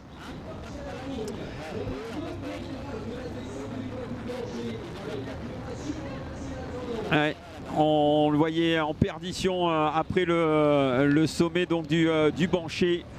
Et eh bien, il a réussi donc à se remobiliser. Voilà le dernier virage dans quelques instants pour aller chercher la victoire. Le voici, Anatole Friedle, incroyable vainqueur aujourd'hui. Il aura tout connu dans sa journée, une chute.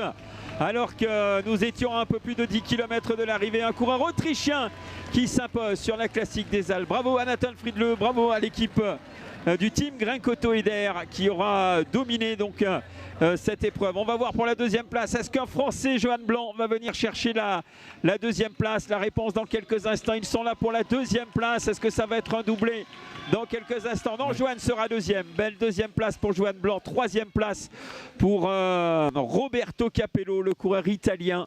Il y aura bien un Italien ce soir sur le podium. On peut penser qu'un Allemand va venir chercher la quatrième place. Karl Herzog dans quelques instants. Coureur allemand de la team Grincoto-Eder encore présent. Quelle domination, Jean-Claude, de cette formation. C'est pas une surprise hein, lorsqu'on est dans cette réserve Bora Hansgrohe. lorsque eh bien, on est appelé à rejoindre dans un premier temps l'équipe Conti ou développement, comme vous le voulez, et puis ensuite eh bien, intégrer la World Tour. Ouais, Ils vont être 4 dans les 6 premiers. Oui, on ne va pas chercher très loin le classement de la meilleure équipe. Hein. Je crois que ça se pose de commentaires. À toi, Nicolas. 4e place, Van Kerkhoff, qu'on avait un peu oublié. Steph qui prend la 4e place. Karl Herzog est 5e. Voilà pour cette 4e et 5e place. Et dans quelques instants, les deux qui partiront en vacances ensemble cet été, Noah Andersen et Yann Dubois, qui vont en terminer pour la 6e et la 7e place. Espérons que les deux se serrent la main juste après la ligne et oublient cette petite brouille qu'il y a eu à une dizaine de kilomètres de l'arrivée. On va les avoir dans quelques instants au sprint. C'est un mauvais compte hein, pour Andersen. Oui. T'es en forme aujourd'hui. Voilà. Andersen terminera 6e. Je pense que c'est bien lui. Noah Andersen 6e, Yann Dubois excellent 7e, bravo aux coureurs de l'Île-de-France. D'ailleurs si on peut avoir Yann à notre micro, si Yann Dubois peut venir à notre micro rapidement, on est preneur pour avoir le coureur francilien qui terminera 2e français, 7e aujourd'hui et qui a réalisé une belle performance sur cette classique des Alpes. De nouvelles arrivées.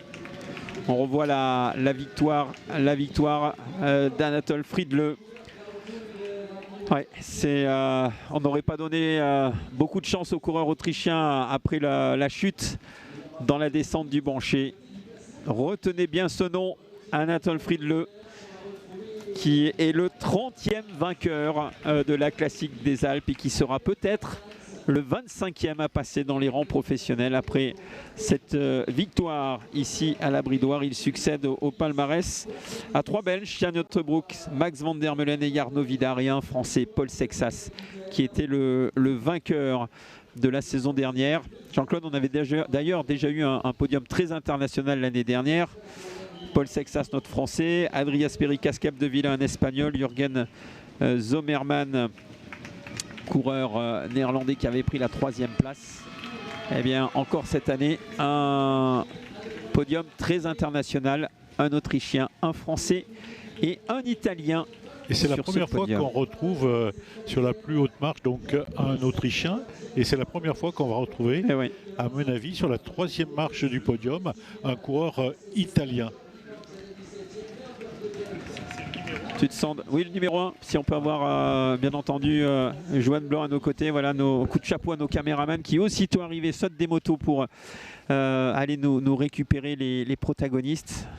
Ouais, eux aussi, tu penses qu'il parle un peu italien? Un peu italien, oui. Tu vas peut-être pouvoir l'avoir. Nous, on va essayer d'avoir Joanne, bien entendu. Alors, on a demandé à toute l'équipe de l'Île-de-France peut-être de nous récupérer Yann Dubois, qui est un excellent 7e.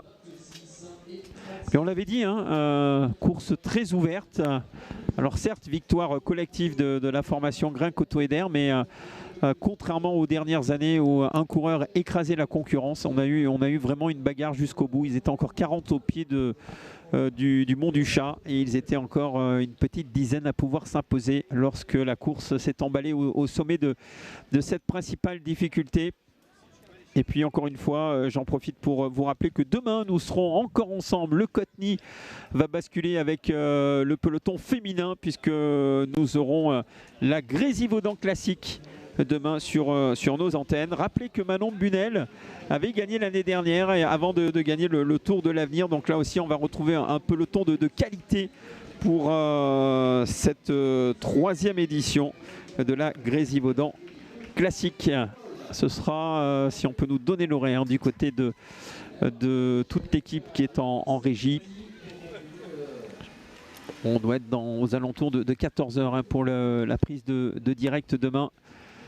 Et le top 10 qui devrait s'afficher dans quelques minutes. Tiens, Jean-Marc va venir nous rejoindre. On va laisser la place à Jean-Marc qui nous amène le programme de l'Imbugé-Valromé-Tours. Tiens, si vous pouvez, on peut le mettre à l'image si vous le voulez. Avec un double programme. Voilà, ce sera la 37e édition du 10 au 14 juillet. Les plus célèbres lunettes du vélo. Salut Jean-Marc, on est très heureux de te retrouver. On t'a vu tout à l'heure à Novalaise, on a parlé de l'Imbugé-Valromé-Tours. Tu es venu en voisin. Quelle Oui. qualité encore cette année, la Grinque Auto-Eder, tu connais, ils ont gagné chez toi déjà. Oui, ils ont gagné chez nous. Et puis, j'ai vu que dans l'équipe d'Auto-Eder, il y a un dénommé Herzog. C'est le petit frère. Donc je pense que c'est le petit Ouais, frère ouais. d'Émile. Donc, et quand je vois le numéro d'Italien, là, je me dis que... alors, on a un espoir à TVO. Et j'ai vu Michel tout à l'heure, on fera une fête. Le vainqueur de la Classique des Alpes, si c'est le vainqueur du Val-Romé, on fera une fête ensemble. Ah bah très bien, c'est parfait. On va essayer de te recaler le micro. Pour ceux qui veulent nous suivre, ce sera donc du 10 au 14 juillet. Puis tu as une nouveauté parce que il y aura les 5 jours chez les garçons, mais il y aura 2 jours chez les dames. Le 11 juillet matin et le 13 juillet matin, effectivement, on a fait une U19 internationale pour les filles. On a 35 équipes qui se sont engagées. Donc on fera carton plein avec 175 filles au départ. c'est En tant chouette, qu'organisateur, c'est chouette. On va rappeler que ça va être dur d'avoir le podium aussi bien que l'année dernière. Un Alors- champion du monde, Paul Sexas sur la deuxième marche Et champion du monde du contre-la-montre et champion après. du monde du chrono. Et Lorenzo Fin, champion du monde 2024 en course individuelle. Oui, pour un organisateur, on ne peut pas rêver mieux, quoi. Ouais, on rappelle que tu avais le champion du monde Philipsen 2023, vainqueur. Paul Sexas qui brille chez AG2R Décathlon, qui avait gagné la Classique des Alpes, qui a été champion du monde junior du chrono. Et juste derrière, donc Lorenzo Fin qui allait gagner le championnat du monde. Donc Oui. c'était un podium incroyable. Oui, et qui était chez Auto-Eder, Et si je oui. ne m'abuse. Voilà, et ben merci d'être passé à notre micro. Donc on rappelle, nous on sera là les 5 jours, 10, 11, 12, 13, 14 pour vous faire vivre les 5 étapes. Quasiment en intégralité d'ailleurs, Oui. les 5 jours. Et puis ben, si vous êtes du côté de l'Imbugé Val-Romé-Tour, on rappelle quelques lieux importants. Alors, Torcieux-Morestel le premier jour, Morestel-Serrières-de-Briord le deuxième, Plateau d'Hauteville, Col de la Biche, inédit. Ça c'est chouette, ça c'est chouette. Inédit. Ça c'est une étape qui est chouette. Il y aura des réseaux au col de la Biche? Oui, on pense. Césarieux, Belay et Artemar-Yenne qui sera l'épilogue en Savoie. Eh bien très bien. Et Voilà. puis si vous ne savez pas où aller en vacances, eh bien moi je vous invite sur le plateau d'Hauteville qui est un superbe plateau. Merci Jean-Marc. Merci à vous. On va retrouver, je pense, dans quelques instants Jean-Claude Noyer qui doit être en train de chercher, bien entendu, non pas le vainqueur, mais je pense, Johan, on va avoir le classement à l'écran dans quelques instants, le top 10 de cette classique. Voilà, Anatole Friedle qui s'impose 19 secondes devant Johan Blanc, Roberto Capello 3, Stef van de Kerkhoff 4, Karl Herzog 5, Noah Andersen 6 et Yann Dubois 7e. Dans les 6 premiers, nous avons 6 nationalités. Et si l'on regarde dans le top 10, nous avons 8 nationalités différentes. Donc 3 Français dans les 10 avec Johan Blond 2e. Yann Dubois 7e et Yann Hernandez-Rey qui a brillé lui aussi aujourd'hui, qui prend la 10e place. Alors est-ce qu'on peut avoir Johan à nos côtés? Je vois des coureurs qui sont en train d'arriver dans la zone technique. Oh, on a Yann qui est là. Tiens, on va lui laisser le micro quelques instants. Le coureur francilien. Voilà, on va lui laisser poser le casque pour en mettre un autre. Voilà, en train de récupérer quelques noix de cajou pour récupérer un petit peu.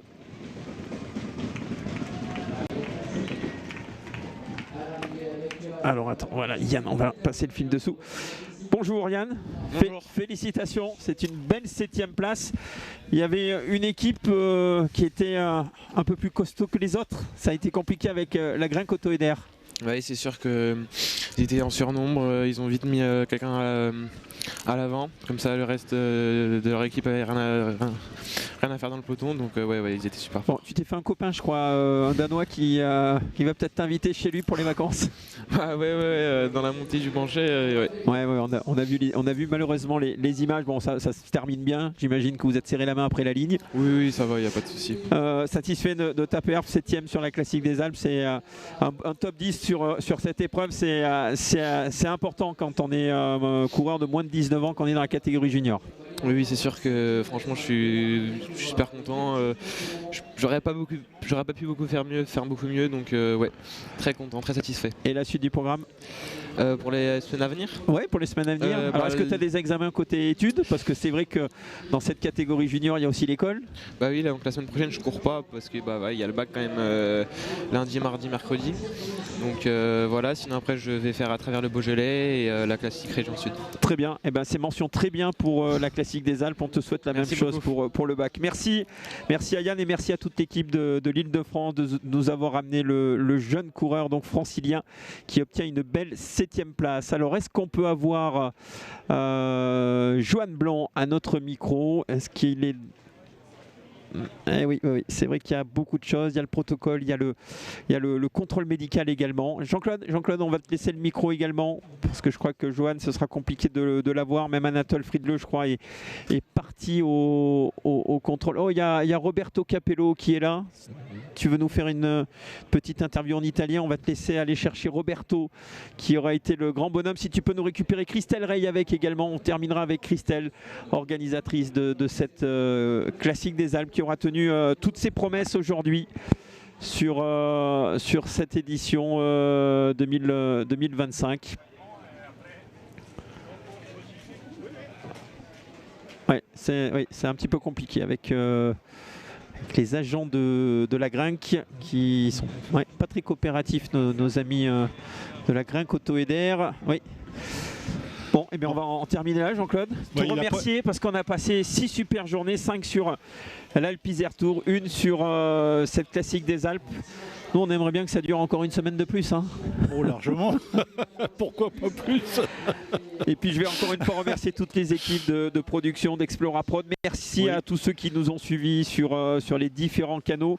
On vous donne rendez-vous demain pour la Grésivaudan classique, donc le volet féminin de toute l'équipe du Coteny. Encore merci à Michel Beau et tous ses bénévoles. Je vous dis à demain, on espère avec le soleil pour les féminines. Merci à tous et à demain. Bonne fin de journée. Bonsoir.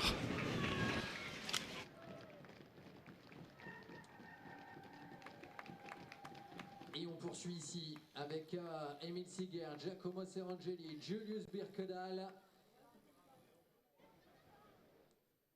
en 45e position. On attend encore une bonne centaine de coureurs à l'arrivée. Une édition à suspense cette année, mais derrière, toujours autant d'écart.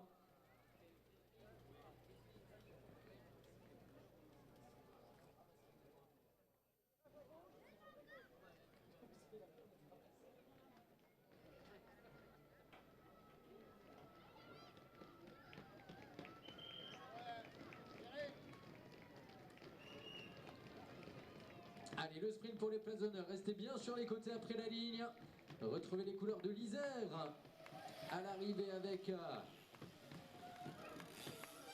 plusieurs concurrents. On a vu en terminer ici Sam Coupe, Marty Martinez, Kylian Lamargo, Gauthier Détrieux, Maelko.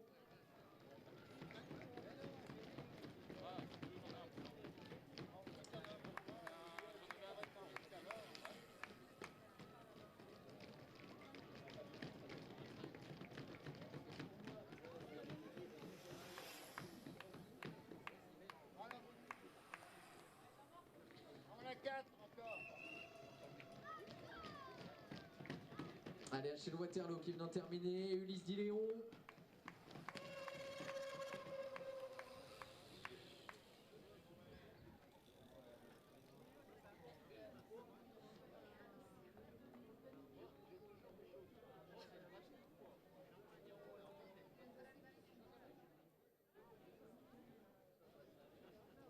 Et pour l'Isère, il y a un instant, c'était Paul Guigard qui en avait terminé à la 46e position.